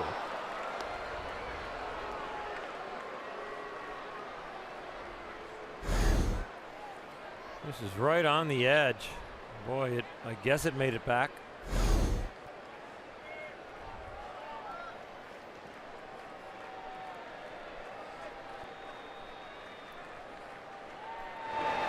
In the dirt, 2 balls, 2 strikes. It seems like a lot of people have tried to go against Seager lately. They take him out of the strike zone, but he usually can foul off the fastball out of the strike zone, but the breaking ball, when he chases it, it's those ones that bounce.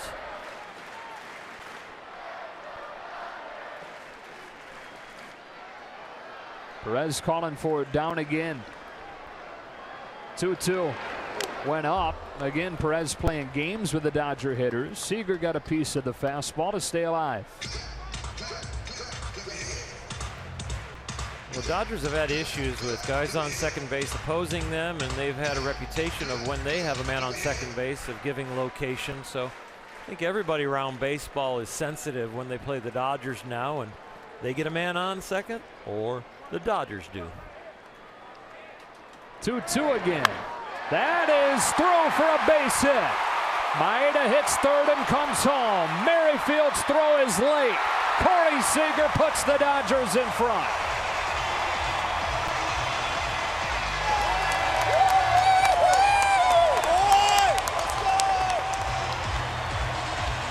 Well, you're right, Joe. Corey was due, and he got a breaking ball. He survived long enough for them to leave one up. He and Logan Forsythe really created their holes. Maeda and Utley found holes with some bleeders, but these last 2 balls have been really spanked. look at the way Maeda's running. He actually makes a really good turnover at third base because that ball was hit really hard, and there was a chance at Maeda at home plate. But if it wasn't for him making a good turn at third base, it would have been a lot closer.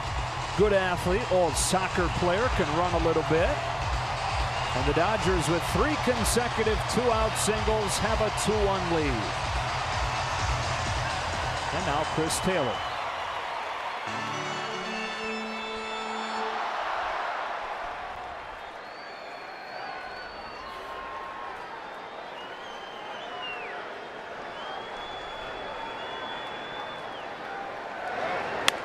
Goes after the first pitch. It's a fly ball to left center that Lorenzo Cain settles under, and the inning is over.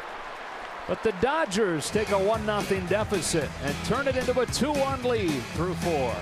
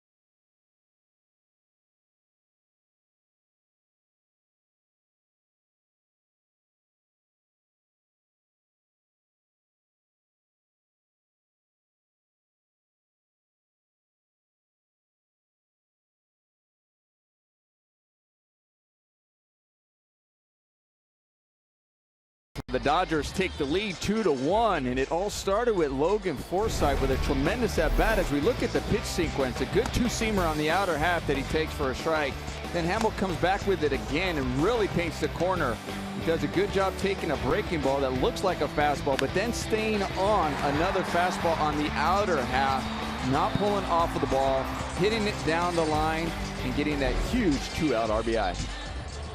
And putting the Dodgers in front 2-1 as they try to get their 24th win in their last 28 games. Some summer it's been, huh? Been amazing so far. They have written a great first half script, and boy, it just makes you look forward to reading the second half. Yeah, it right now makes you look forward to every night. What do they have in store for you tonight? 2-1 lead, top of the 5th inning. Alex Gordon was at the plate when last inning ended.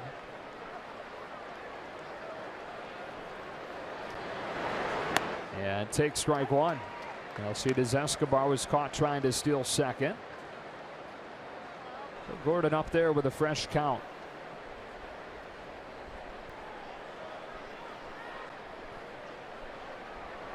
Maeda 4 Ks, 2 walks, the 1 run on 3 hits. Gordon tries to lay off, can't, and it's 0-2. Former 2nd overall pick out of the University of Nebraska. That was way back in 2005. Royals took him 1 pick after the Diamondbacks took Justin Upton. Gordon made his big league debut 2 years later, now in his 11th year. On this 0-2. He rips one down the right field line, and we'll start this inning with a base hit. On his way to second, Puig's throw, not in time. Alex Gordon a leadoff double.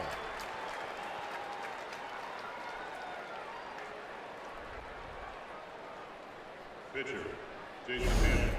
Kansas City starting to pick on the right field line. Kenta trying to get this ball farther inside, leaks down the middle and up. Just a good piece of hitting to hit a line drive on a high fastball.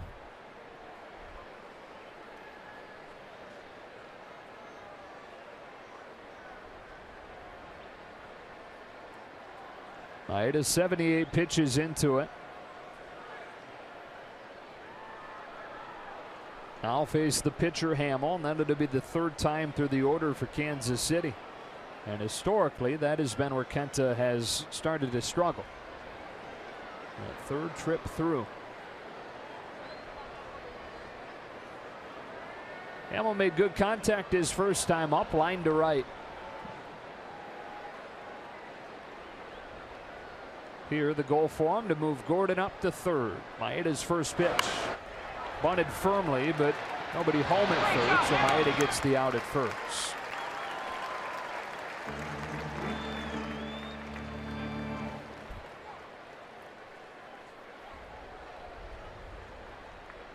Right fielder, Whit Merrifield. So with a man at third and one out, here's Whit Merrifield. It's a good baseball name, Whit Merrifield. Sure is. I'm really not that hard on good baseball names, though. Yeah. Yours is certainly a unique one. But I think you got it right there with the one syllable at the front and then multiple syllables at the end. It kind of rings.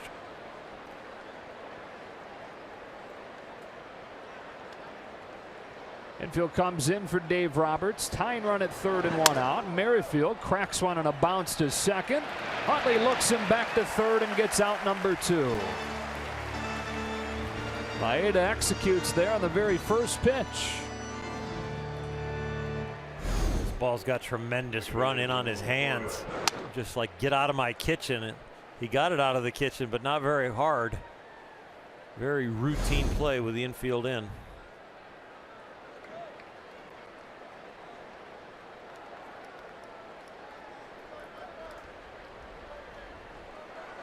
So it's up to Ramon Torres, who in his major league career has knocked in only two. Leadoff double for Gordon. He's at third with two out.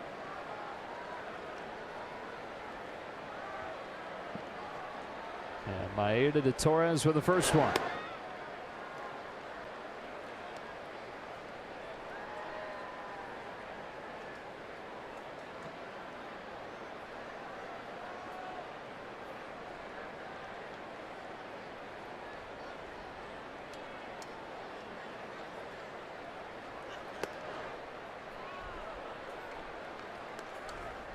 Josh Fields getting ready.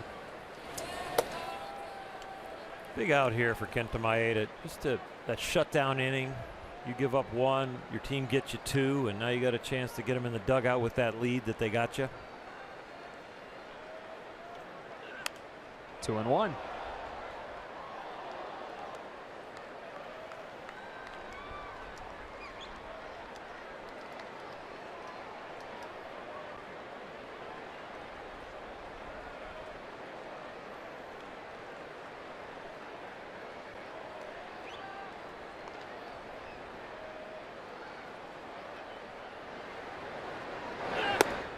Three balls and a strike, and if he can't get Torres, he'll have to deal with Lorenzo Cain.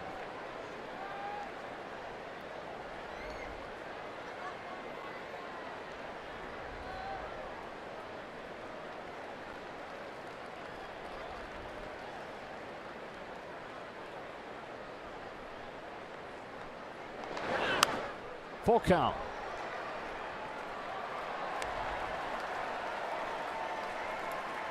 The 3-1 pitch right there was supposed to be fastball in, but it leaked all the way across the plate and got a foul ball. So your pitch sequence is on reality, not on what you were trying to do. So the inside corner, if they thought 3-1 it was open, it's still open now because they haven't gone there.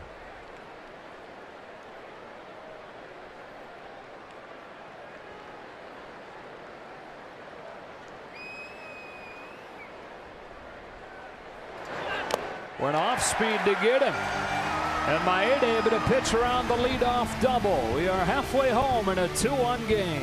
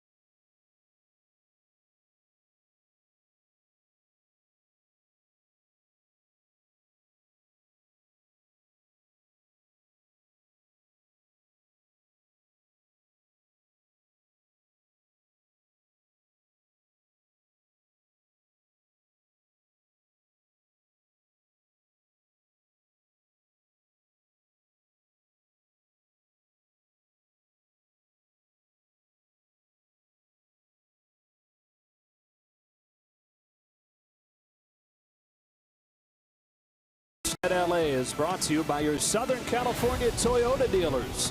Get the Toyota truck of your dreams at Toyota's Summer Drive Sales Event. On this date in 1953, that great Dodger team that won a franchise record number of games finished a record by hitting a home run in 24 consecutive games. Cody Bellinger takes ball one, and the reason we had the picture up there that we did is on the left, Preacher Rowe, a pitcher with a career 110 average. His only career home run is the one that set the record. 2-0 on Bellinger. And apparently, as he rounded the bases with that only career home run, the teammates laid out their version of a red carpet with towels between home plate and the dugout for him to traverse on his way back. Bellinger lays a bunt down. Nobody home. Base hit to start the fifth. Only 1 for 6 in the Arizona series, and really kind of mired in a slump of late. And this he has attempted and done in other times. But right there, that is a welcome base hit that will help him get out of his slump.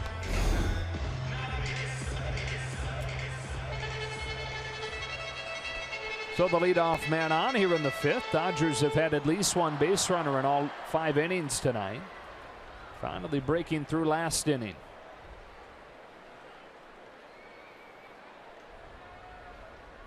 Jock Peterson 0 for 2.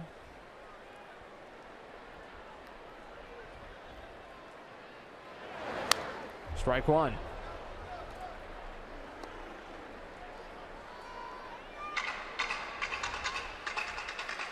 Been much better since the disabled list stint for the concussion. And went on a rehab, and Sean Wooten, who's one of the hitting instructors in the organization, noticed a flaw in his swing that he thought was producing too many ground balls. And as soon as he made the tweak, added in something mechanical that he'd been doing when he was at his best last year, took off. Behind 0-2 here. Sean Wooten, a guy that a lot of these hitters speak very highly of.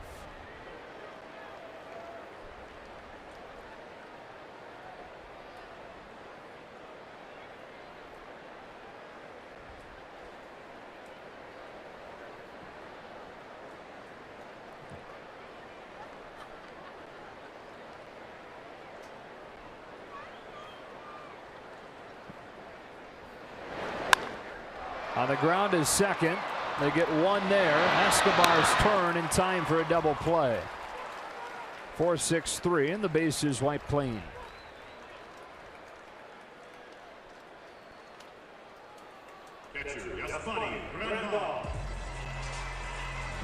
Up comes Grandal.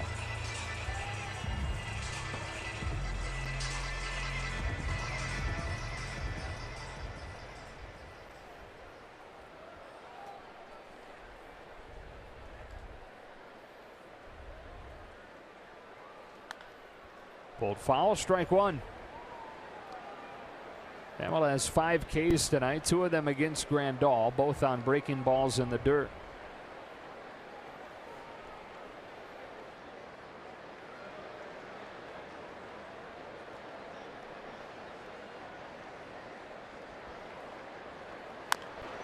Bounced by the bag, and it's 0-2.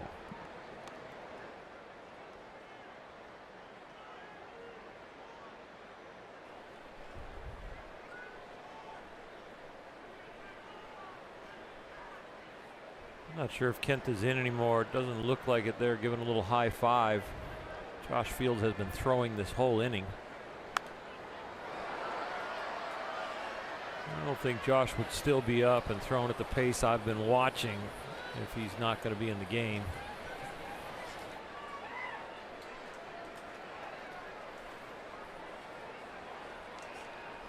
It is at 86 pitches through 58 for strikes. And he's got the team there with a lead, and the heart of the order's coming up for the 3rd time.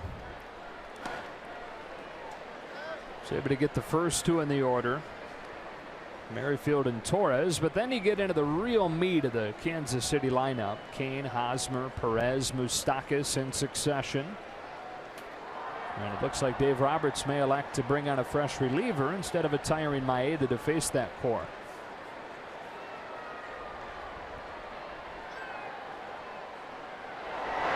Third time tonight, Hamill has gotten Grandal that exact same way. We're through with 5 innings. The Dodgers with a 2-1 lead in this series opener against Kansas City.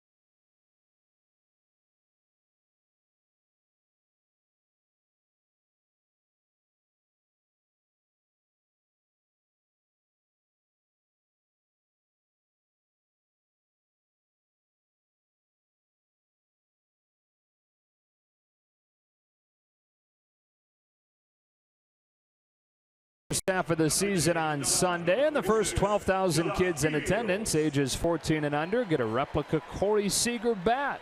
When the Dodgers and Royals face off at 1:10. Go to Dodgers.com/promotions to learn more. Who's in, who's out? Brought to you by In-N-Out. Josh Fields replaces Kenta Maeda in a 2-1 game here in the 6th. It's the 6th inning, but it is a high leverage situation when you're going into the heart of the order.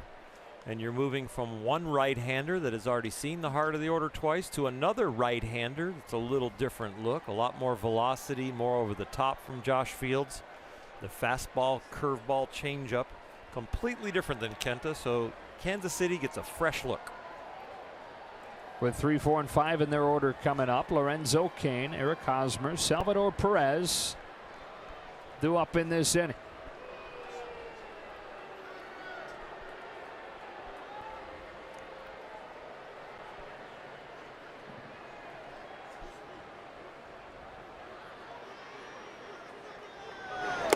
Goes after the first pitch. He's late on 97, strike 1. This is kind of the new era of how pitching staffs are managed, something the Dodgers are at the head of. But seeing the data, how much better offenses tend to be the third time through a lineup, and preferring to have fresh relievers come on instead of a tiring starter. High fly ball to center. Easily playable for Peterson or Puig. It's Puig for the first out of the inning. They are 48-0 this season when leading after 5 innings, which is a major league record to start a season, and figure kind of goes hand in hand with that philosophy. Totally different than when you were playing and expected to go 9 innings every night.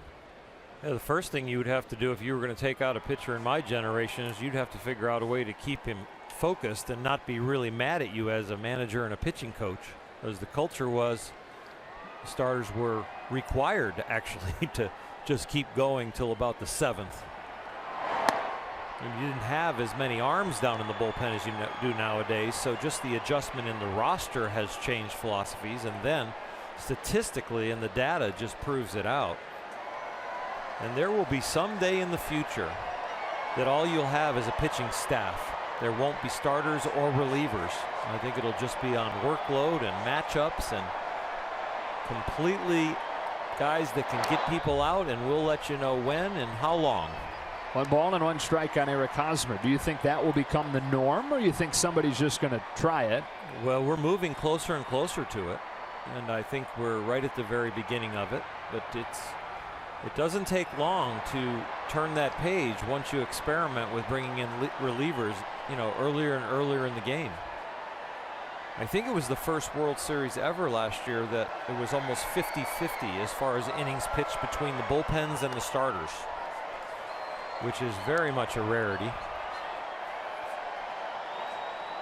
So we're getting there. You think of our staff right now. Alex Wood has earned the fact that he can go deep into games. He's at 10-0 with his ERA at about 1.67. Clayton Kershaw has earned the ability to go deep into games, and that ability and earning it comes from doing so well.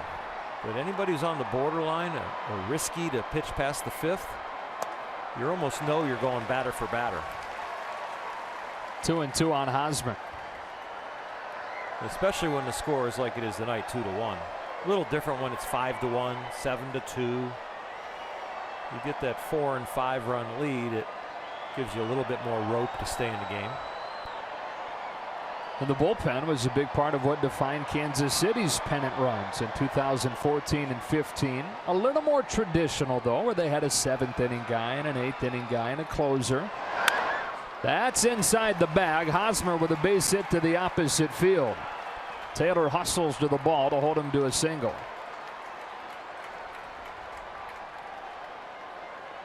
And you saw what Dave Roberts did last postseason, using Kenley Jansen for more than an inning, using him earlier in the game, using Joe Blanton, high leverage situations. Obviously what Terry Francona did in Cleveland with Andrew Miller.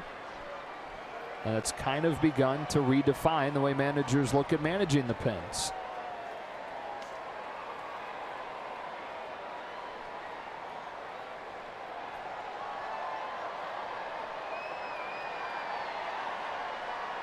So Hosmer's on with 1 out and a 1-run game. Salvador Perez 1 for 2 today. Popped up. On 1 pitch, Fields gets Perez with a fly out to Peterson, 2 gone.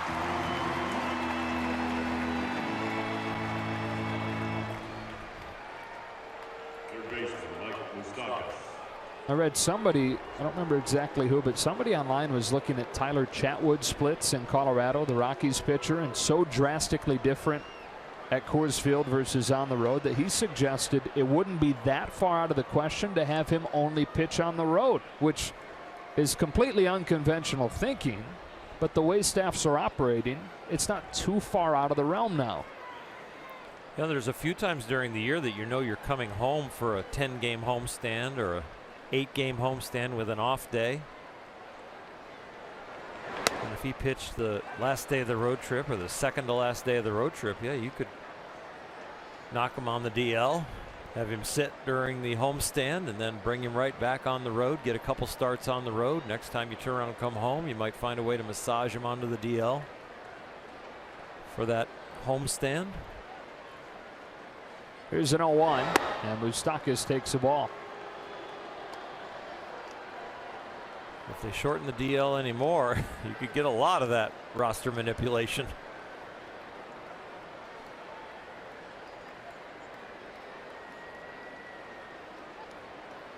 Moustakas 1 for 2 tonight. Has the Royals' lone run, doubled in the 4th, and scored on a base hit from Escobar.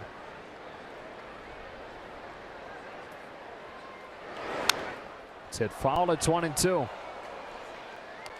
He's homered in 3 straight games. He has 6 home runs in his last 8. And already with a career high 25 total.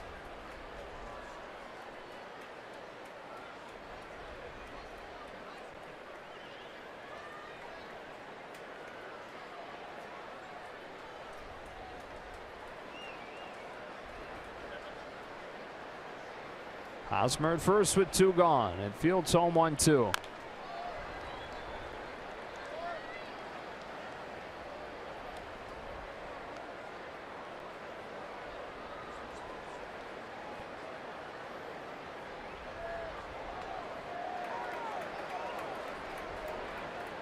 LA guy, Mike Moustakas.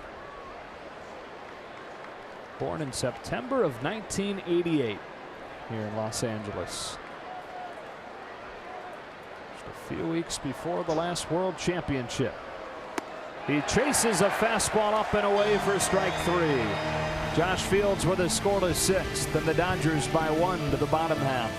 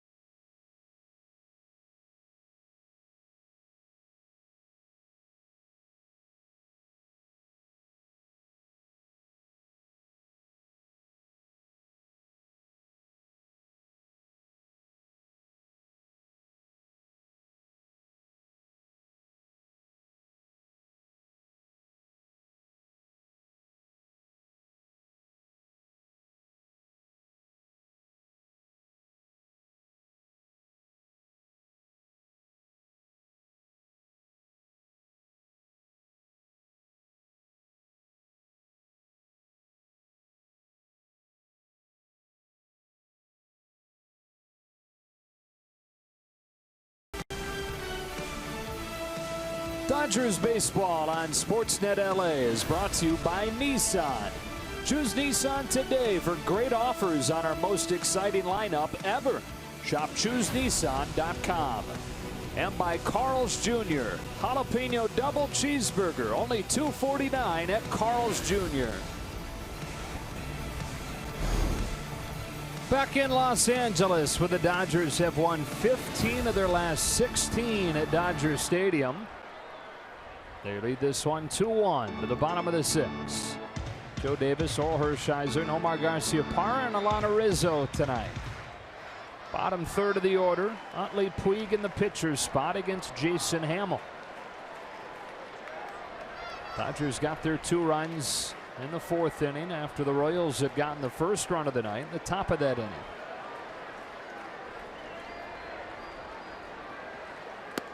A breaking ball is in, ball 1. The chase leaned so far over the plate that thing kind of had the illusion of being way inside when I'm not sure that it was. He doesn't miss a detail. No. I think it's actually probably a strike.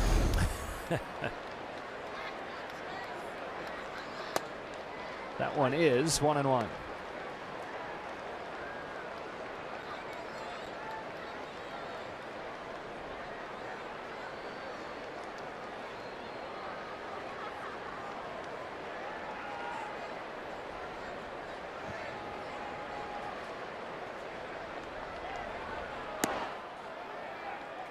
Strong hands to hold it back, 2-1.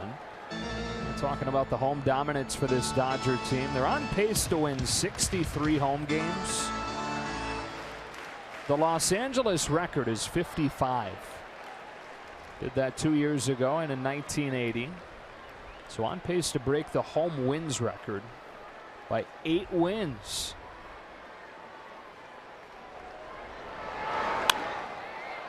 Softly fly to center. Lorenzo Cain is there for the first out of the 6. Franchise record, LA or Brooklyn, 60 home wins. 1953 Brooklyn Dodgers went 60-17. And with more home games because of a longer schedule, the Dodgers on pace to finish with 3 additional wins on top of that. 1 gone in the 6th, and here's Puig. Kike Hernandez has stepped into the on-deck circle in the pitcher's spot. Brock Stewart loosening.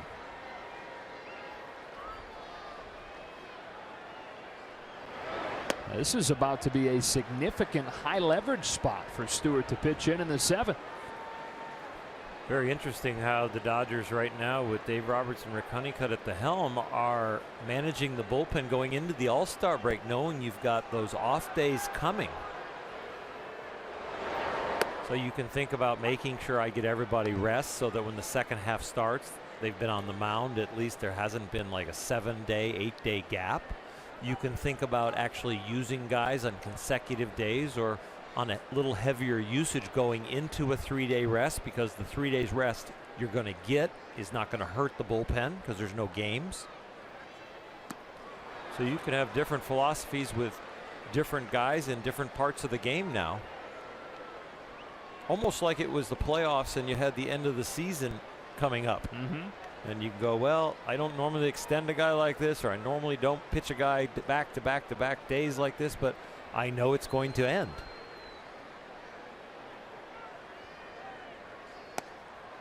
That one just misses. 2-2 on Puig. Only 2 more games before the All-Star break. Tomorrow afternoon, 4:15 start time, and then Sunday at 1:10. Second half begins next Friday in Miami. 3 there, then 3 with the White Sox in Chicago before the Dodgers return back home. Hamill deals 2-2.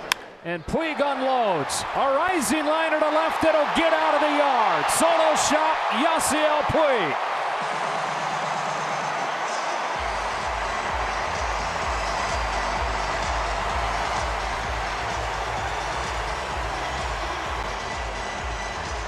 You just can't look away. I mean, he swings wildly several times tonight. Doesn't look like himself. And then lightning strikes. Well, Yasiel, he struck out the last time, and then in this at-bat, he was going to take a strike. He took a slider, took a fastball, swung at a slider, and you saw where Perez wanted that ball. He wanted that one down in the dirt. Very similar to the pitch earlier in that at-bat that he swung and missed. Doesn't get it low enough, and Yasiel able to stay on it and lift it out of the ballpark. For his 16th of the season, and strike 1 on Kike Hernandez. Souvenir.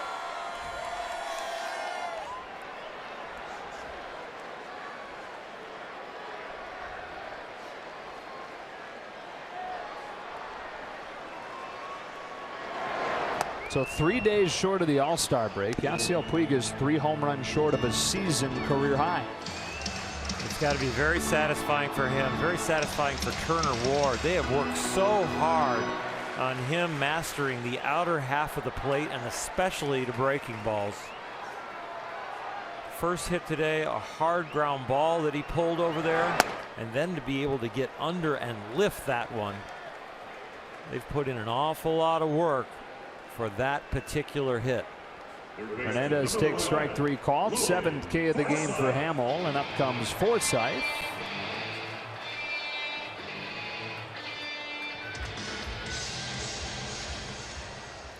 A lot of happy days this summer for Turner Ward. Not only does he have a beautiful family that's been with him for much of the mid part of the summer, his offense has been clicking. One of the best in the game all year. Forsythe has reached all 3 times, 2 walks and a single. That brought home the game tying run. Here he takes strike 1.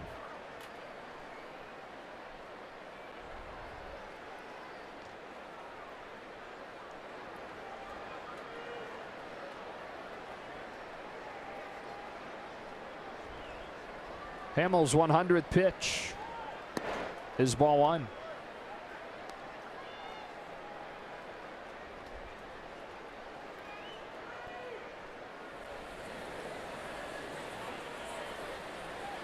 Mike Minor getting loose in the Kansas City pen.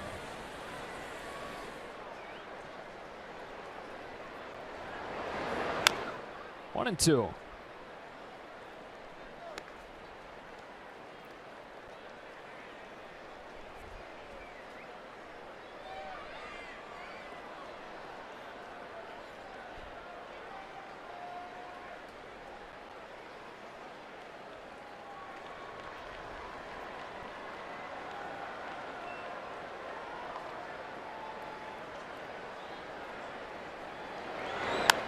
Forsythe back up the middle. Behind the back, Torres throws him out, and the inning is over.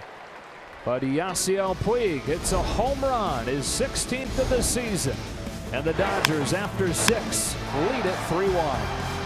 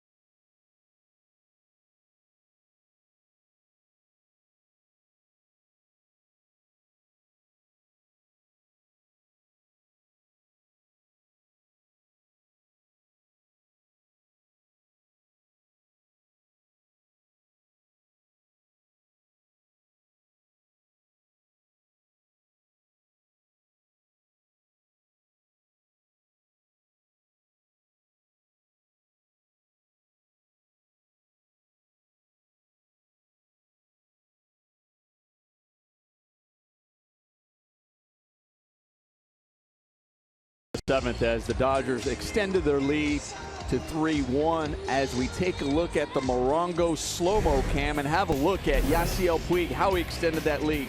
Well, here's a pitch, 2 pitches before the home run, and this was a slider away. Look at the frustration in Yasiel. He knows he reached out for it. But I'll tell you what's impressive is after you see the spin again, after you swing and miss, you have a tendency to take the next one that looks like it's going to go down in the dirt. But he stays on this one. It doesn't get quite far enough down, and he barrels it up. Extends the lead to 3-1. And Brock Stewart comes into the game, fires ball 1 to Alcides Escobar. 1 run on 5 hits for the Royals, 3 runs on 8 hits for the Dodgers. Stewart replacing Fields, who pitched a scoreless 6, 2-0. Brock's had 5 days off, well rested, couple innings 5 days ago, has been throwing the ball really well since he's been up here. So you can tell with the 7 innings, 7 strikeouts, and only 1 walk. 2-1. Really impressed in his last outing how he was able to spin the baseball. Came to the big leagues last year with #1 pitch fastball, secondary pitch, best pitch changeup, and really working hard on his breaking ball since coming back from the shoulder issues. His next one to Escobar, rides inside for ball 3. This is a guy who has huge upside. A lot of teams ask about Brock Stewart, and they're looking at the Dodgers prospects.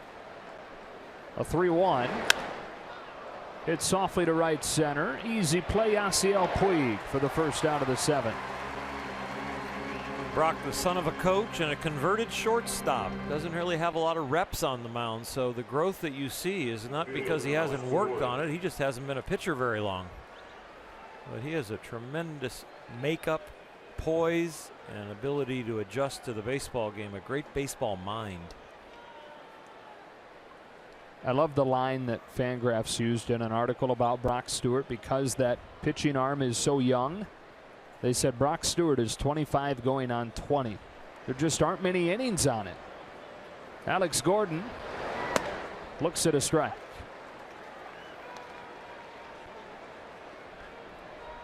because he was mostly an infielder, like you mentioned, 26 2/3 innings total in college, and was drafted as a pitcher off of those 26 innings of sample.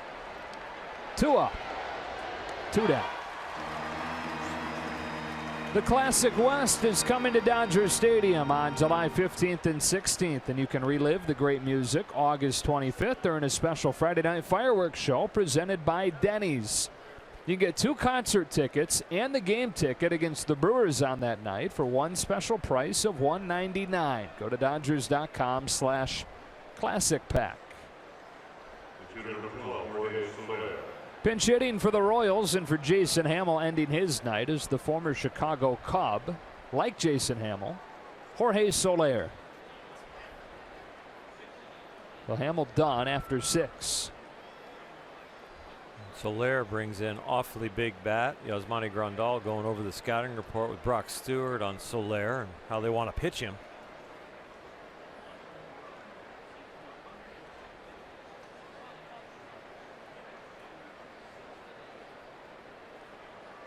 Soler, who was traded straight up for Wade Davis this offseason, that is not looking like a very good deal right now. Even though they have Soler under control for a long time, he has not been good. Well, Davis is the lone Cubs all-star.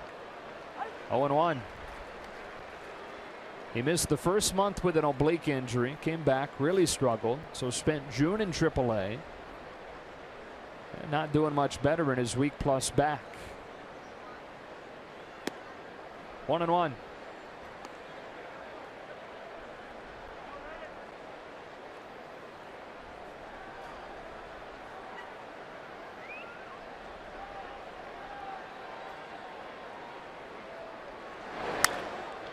That's foul, strike 2.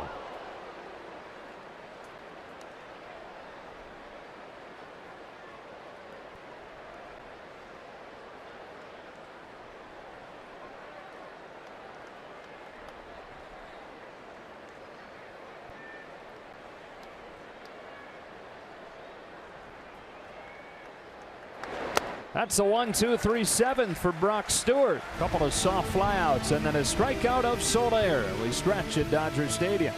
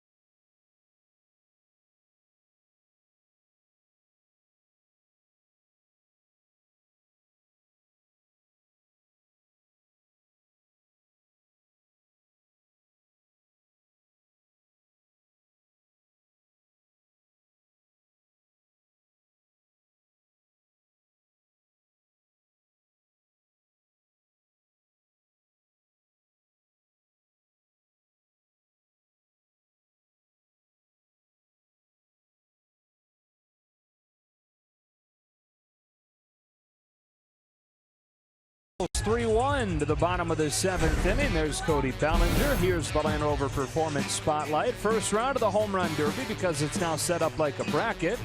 3-seed Bellinger with his 24 home runs against the Rocky, the 6-seed Charlie Blackmon to start that Home Run Derby off.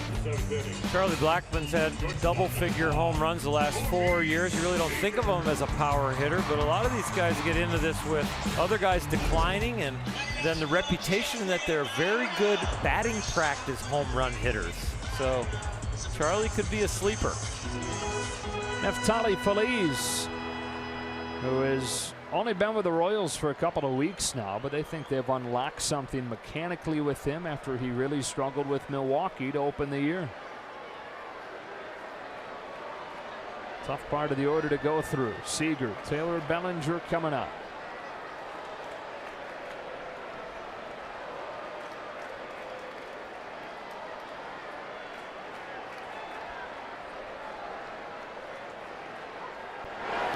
Ball one. Seager's RBI single his last time broke the 1-1 tie. Dodgers made it 3-1 and a Puig homer.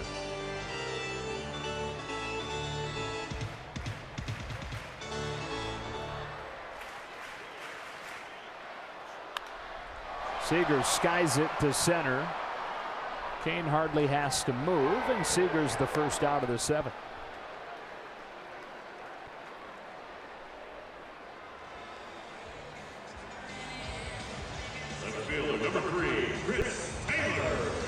Taylor's extended his hitting streak with a base hit back in the 3rd. He's now hit safely in 7 in a row and hitting above 400 during that stretch.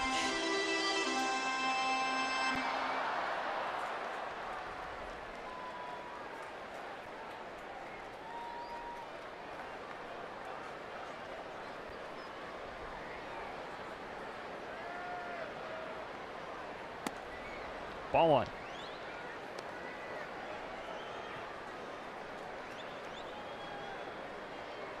Chris Taylor kind of burst on the scene with, wow, this is great that he can fill in and do this well. Then it was kind of like, boy, he's hot. He's really doing well. We got to get him in the lineup more. And now he just feels like he's a significant part of the team. He's been so long and so consistent, and he's been through some dry spells, but comes right back out of them.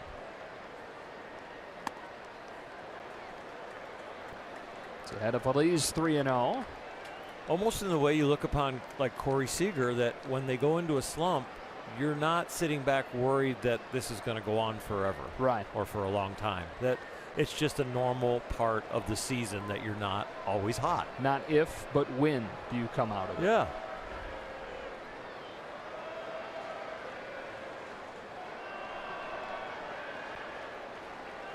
See if he takes a 3-0 green light. Instead, strike one. June was a down month for him, pretty consistently down. Of course, it's natural to wonder, okay, is he coming back down to earth? But the last week plus, he's been great again. Full count. Career high 4 hits last night. First career big league walk-off hit last night.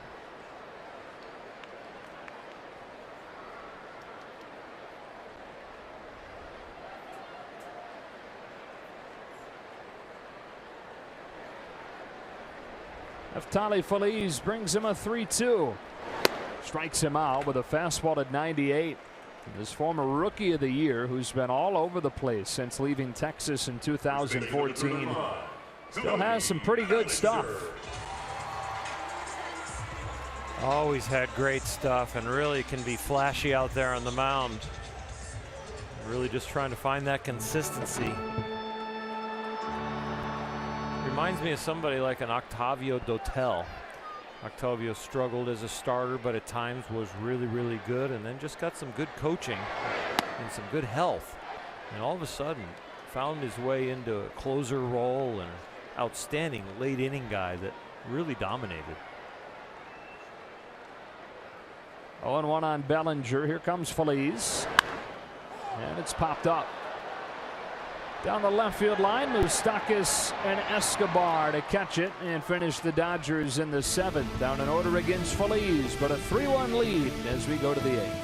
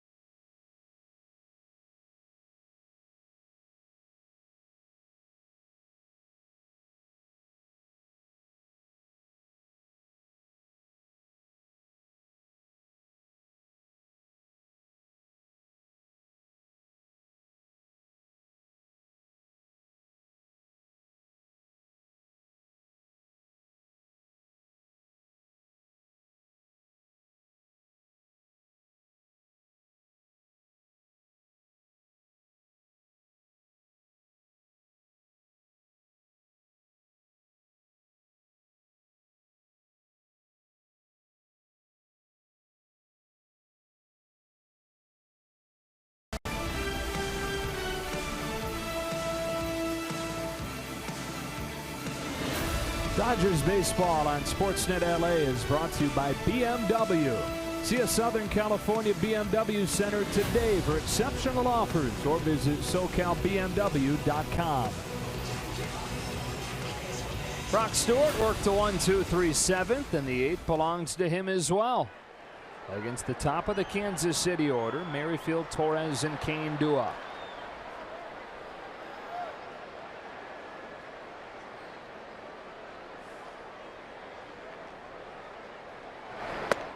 Inside for ball one.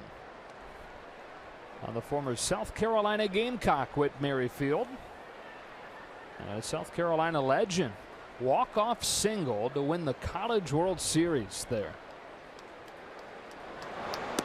2-0. He's drafted as an outfielder, but has played 5 different spots in his big league career, bouncing all over the place.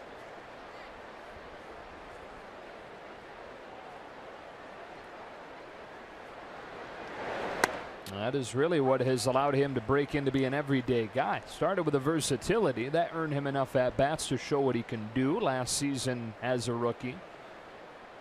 Now, whether it's in right or at second, he's in there pretty much every day. Stewart throws him a 2-1. And he hits a high fly ball to left that Chris Taylor camps under. Stewart's retired the first 4 that he's faced. Looking for a great way to amplify your favorite tunes? A Dodger-branded Bluetooth speaker courtesy of Nitto Tire will be available to the first 40,000 fans in attendance tomorrow when the Dodgers play host to these Royals at 4:15. Visit Dodgers.com/promotions. And do it in a hurry. It's a 4:15 game. Yeah, it's coming. Don't wait till 7 o'clock. You'll be late. Ian Kennedy, Brandon McCarthy tomorrow. Ramon Torres looks at a strike. Expected to be very nice weather tomorrow, but bring sunscreen. Ladies might want to bring a parasol. Don't block the people behind you. Nice if you like very, very, very hot. It's supposed to be hot. Yeah. Record temperatures, I'm hearing. Umbrella? The truck just sarcastically said to me parasol. Yeah, well, truthfully, I didn't know what it was either, but I didn't want to sound stupid if that was a common thing. But I'm glad to know I wasn't alone. Not a lot of stuff that comes out of my mouth is common. You're a rare breed, Hershiser. Or bird. Series wraps up on Sunday. You'll be back then. Yes, I will. Danny Duffy for the Royals. Clayton Kershaw for the Dodgers. That's at 1:10. Don't be late for that one either. Is that A.J. Pierzynski in the front row right behind the security benefit sign right there? That is my partner tomorrow. I thought so. You're scouting. Yeah, it's a good angle to scout. There he is. Stewart's 1-2. He's probably very comfortable right behind home plate. You're right about that. A lot of years right behind home plate. 19 major league seasons for A.J. Pierzynski.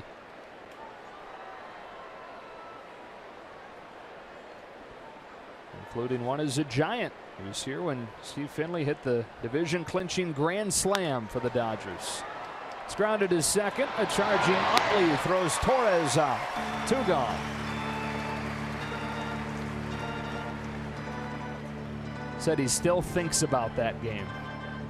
One of the great Dodger moments, but of course the other side of that is one of the worst moments that AJ went through in his pro career.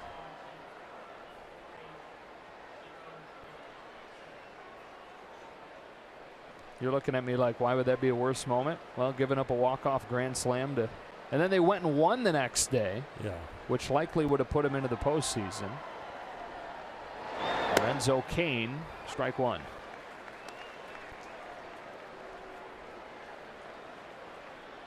$48,017 the attendance tonight. Great crowd here for the series opener.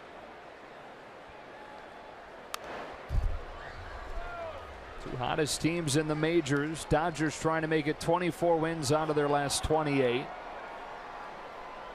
Royals have won 4 in a row, 18-6 over the last month.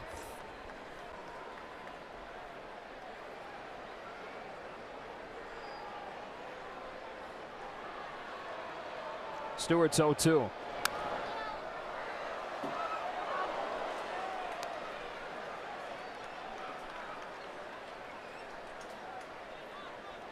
Houston won tonight, if you're into tracking that, the best record in baseball.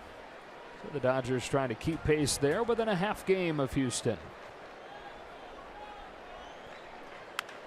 Hard bouncer to third that backs up Forsythe. Brock Stewart, 2 perfect innings of relief. Down to the bottom of the 8th.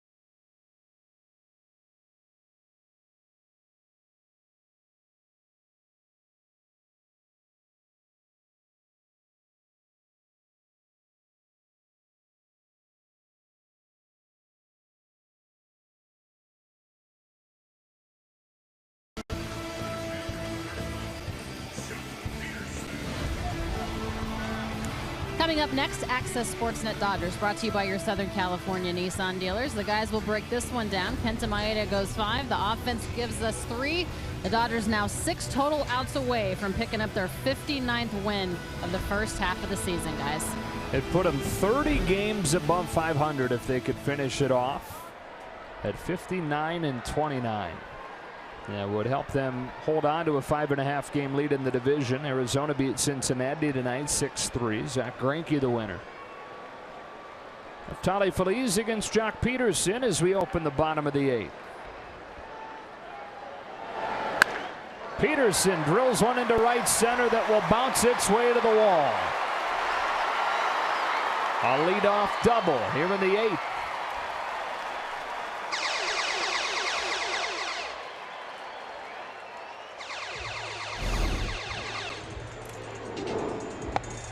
Jock goes down and gets this one. So many Dodger hitters are getting more and more proficient at taking a low pitch and getting it in the air. The new theory around baseball is those fly balls are more apt to become hits, especially when you hit them that hard on the line, Jock.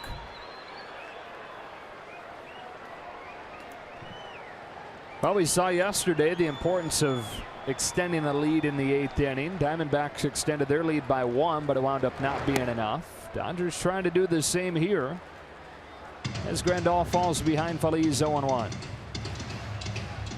And to that point, Joe, that's really what you have to think in the dugout right here. Even if it's kind of like that small ball, even if you have a productive out, that's what you're thinking about. You're not thinking about trying to get a big inning.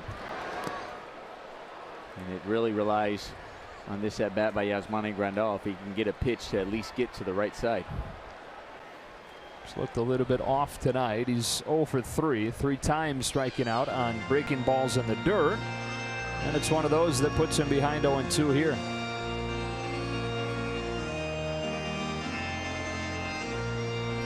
Yasmani loves the low pitch, especially the low heater, but when he's recognizing it as down there where he loves it and it ends up spinning into the dirt, that's when he looks as foolish as he has tonight, missing a lot of balls down there by a lot. 1-2. Phillies kind of a trick in that delivery. Glance back at second, messing with the timing. More and more guys toying with their deliveries, seems like, over the last year or so.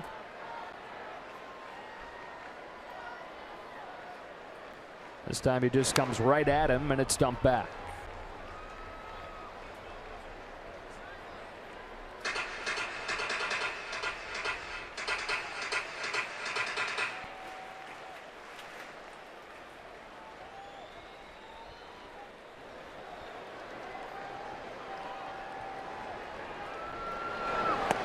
Got him swinging. That's a 4-strikeout night for Yasmani. In anticipation of the ninth inning, Kenley Jansen getting ready.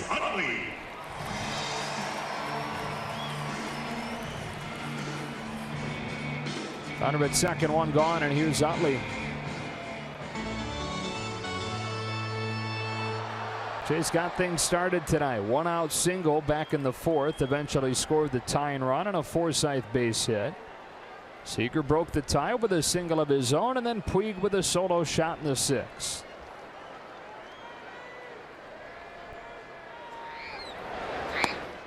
Strike one.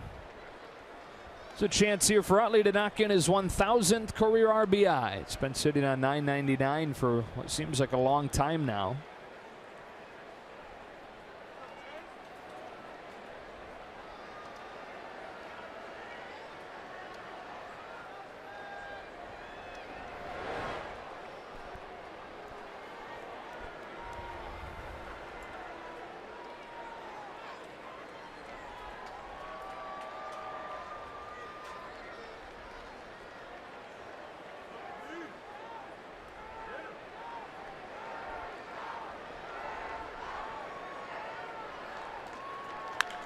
Driven to right center field. Back goes Kane. It's over his head and off the base of the wall.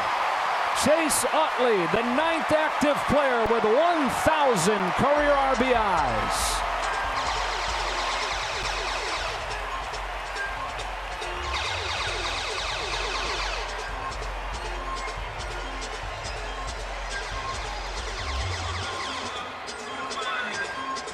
In the dugout clamoring to make sure they get that ball. You know that it's a souvenir. Feliz hasn't quite caught on yet. Adios is going to make a change. They're still shouting from that Dodger dugout, and Salvador Perez finally gets the message. They'll put the sticker on that thing, get it verified, and Chase has one to add to the shelf. One of the best players of his generation, Mr. Chase Utley. Second base, great power bat, RBIs. Pitching change, back in a moment.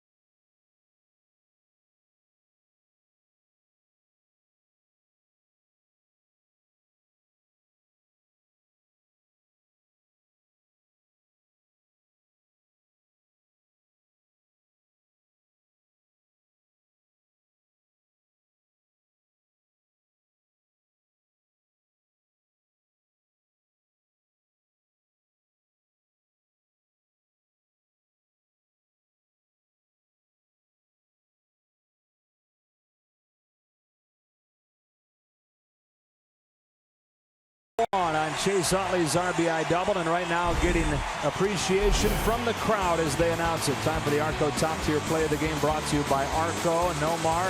It's a pretty special player, adding another milestone. There's no question about it. The Silver Fox, as we've nicknamed him, just so consistent. You hear about all the young guys talking about how he's been just such a mentor and teacher to all of them. He's had an unbelievable career thus far. Still looks so young out there, so vibrant. And they finally put up on the board that it was his 1,000th career RBI, and the Dodger faithful giving him a standing ovation. Up comes Puig. Peter Moylan checks in and delivers strike one. Puig, a solo home run his last time up, number 16 of the year. Now facing an old friend. Both these guys made their Dodger debuts in 2013. Dribbled foul, and it's 0-2. Pitched in 14 games for the Dodgers that year. And had the worst numbers of his career, 6.5 ERA. Just in case they add a little more, Ross Stripling goes to work. Moylan comes from the land down under with the fastball, slider, and the changeup. He is a workhorse of the bullpen. Gets Puig to chase, strike three.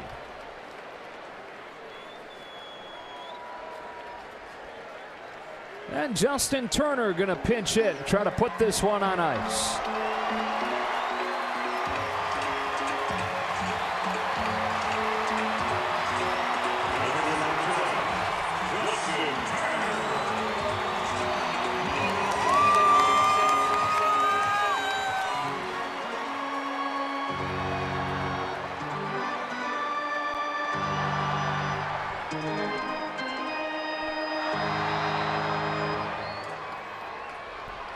Well, the crowd tells you the story of how they feel about him around these parts. A backup slider, foul tip, strike one. He's always been a fan favorite. He's an easy guy to like with the beard and his easygoing way. But this last week, when it's almost like the fan base became a step closer to him with everything that they did to try and get Justin to the All-Star game. Kind of raised him up another notch as far as how much of a fan favorite he is.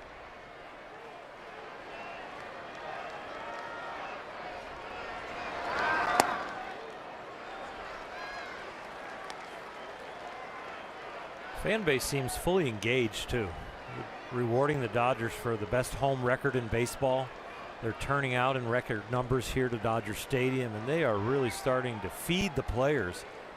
Almost not wait to be entertained, but to actually push them to a new level.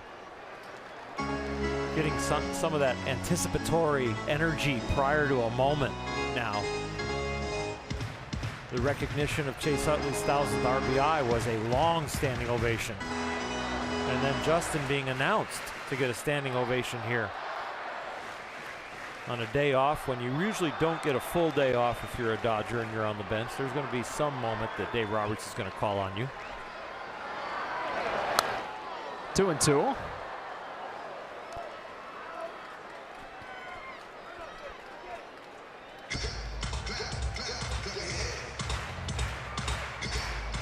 Average right at 380 for Justin Turner.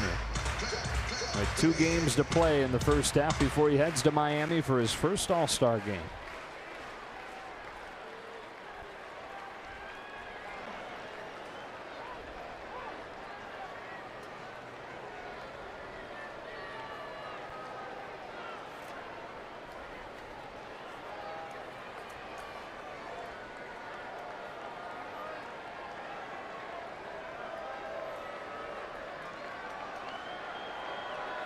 Utley at second with 2 gone, and here comes Moylan's 2-2.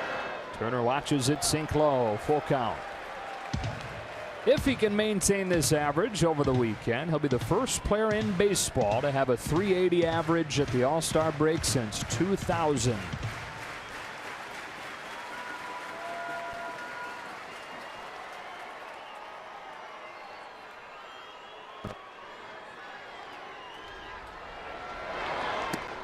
He takes ball 4 and keeps the inning going. 2003 guys hit 380 going into the All-Star break. Todd Helton, Darren Erstad, and you, Nomar. Yeah, I remember that year. It wasn't a bad year. A lot of fun. That's one of those where I keep saying you have an amazing feeling at the plate on a regular basis, and you just every single day you're trying to just maintain that feeling. You never want it to go away, and Justin is maintaining that. Logan Forsythe takes a strike. You were at 389 at the break. What happened in the second half, though? I mean, you finished at 372. Yeah, I went into a slump.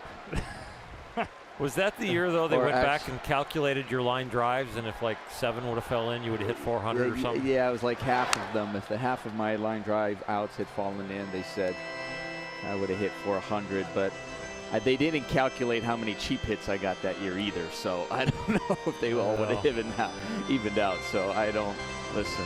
I wasn't worried about 400. You know that. I always worried about see if we can get to the postseason and try to win a World Series. How big does the ball look when you're hitting 370, 380 like Justin?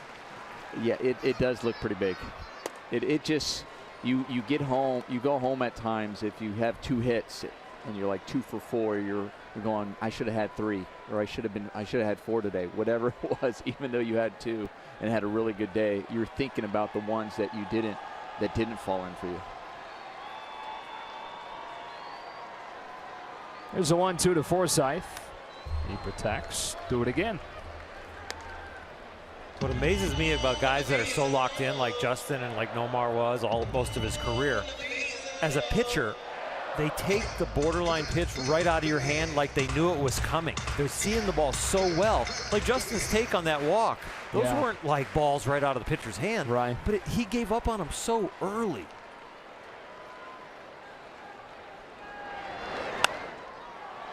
The ball 3 on Turner wasn't a ball until the very last moment, and he didn't even budge. And he wasn't off balance, and the bat didn't start. It was just like, oh my gosh, he just saw that right out of my hand and just took it.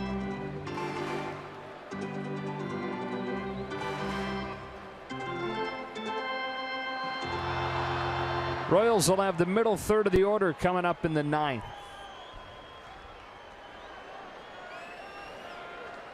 Forsythe strikes out swinging, and the inning is over. But Chase Utley collects his 1,000th career RBI, gives the Dodgers a little more breathing room as Kenley Jansen gets ready to pitch the 9th.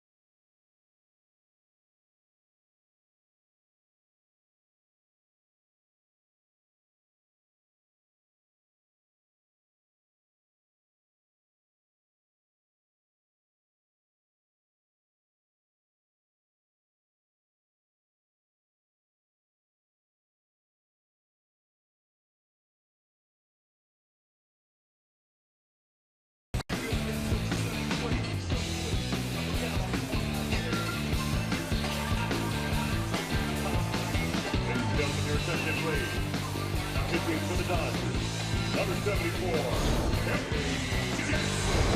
Kenley Jansen on to try and close this thing out.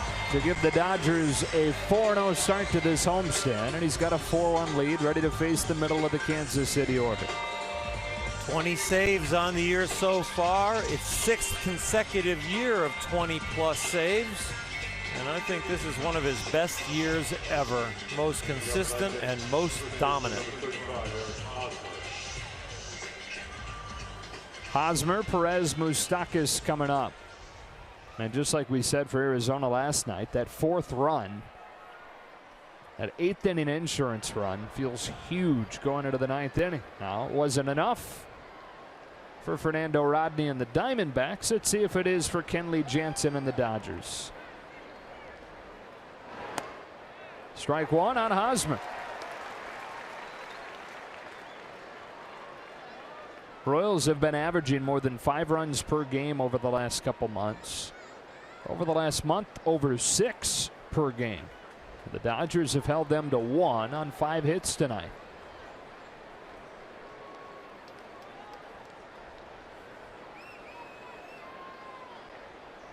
We've seen some offensive clubs come in here and seen this Dodgers staff shut them down. Cincinnati, Colorado, Arizona.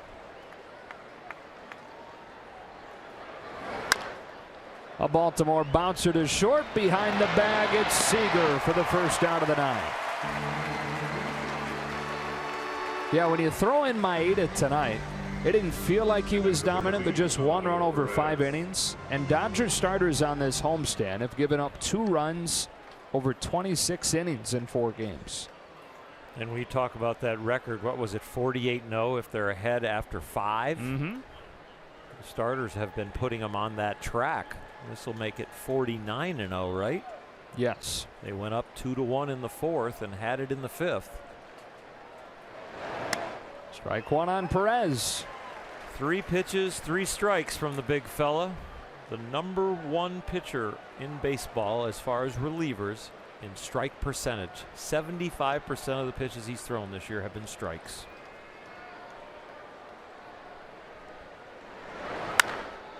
Wow, look out down there in the 3rd or 4th row. Sal's thinking the same thing.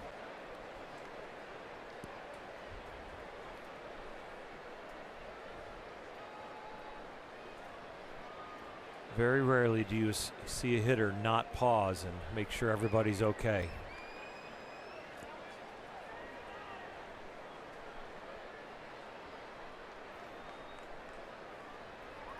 There's nothing they can do about it, but they feel really bad.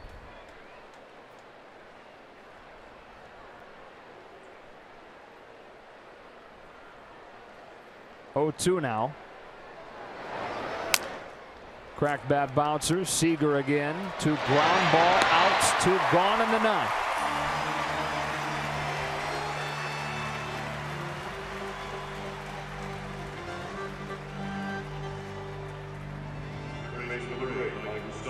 Moustakas trying to keep it moving for Kansas City. If it holds up, it'll be technically another comeback win. Kansas City led this game 1-0 after the top of the 4th. Dodgers with 2 in the bottom of that inning. 1 in the 6th and 1 in the 8th.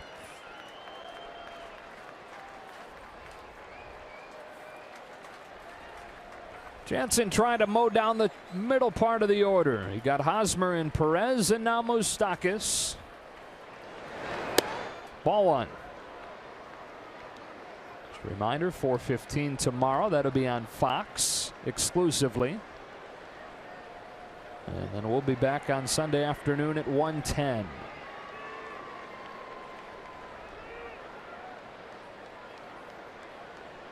Jansen's 1-0. Went to the slider for strike 1. Is not fazed by anything now as far as pitch selection. He will call on any of his pitches at any time and any delivery. I wouldn't be surprised if he goes quick pitch right here.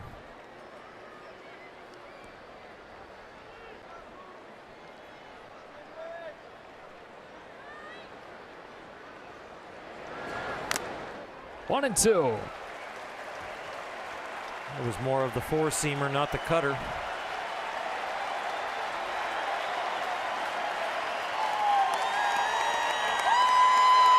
One strike away from a 16th win out of their last 17 games in this beautiful ballpark.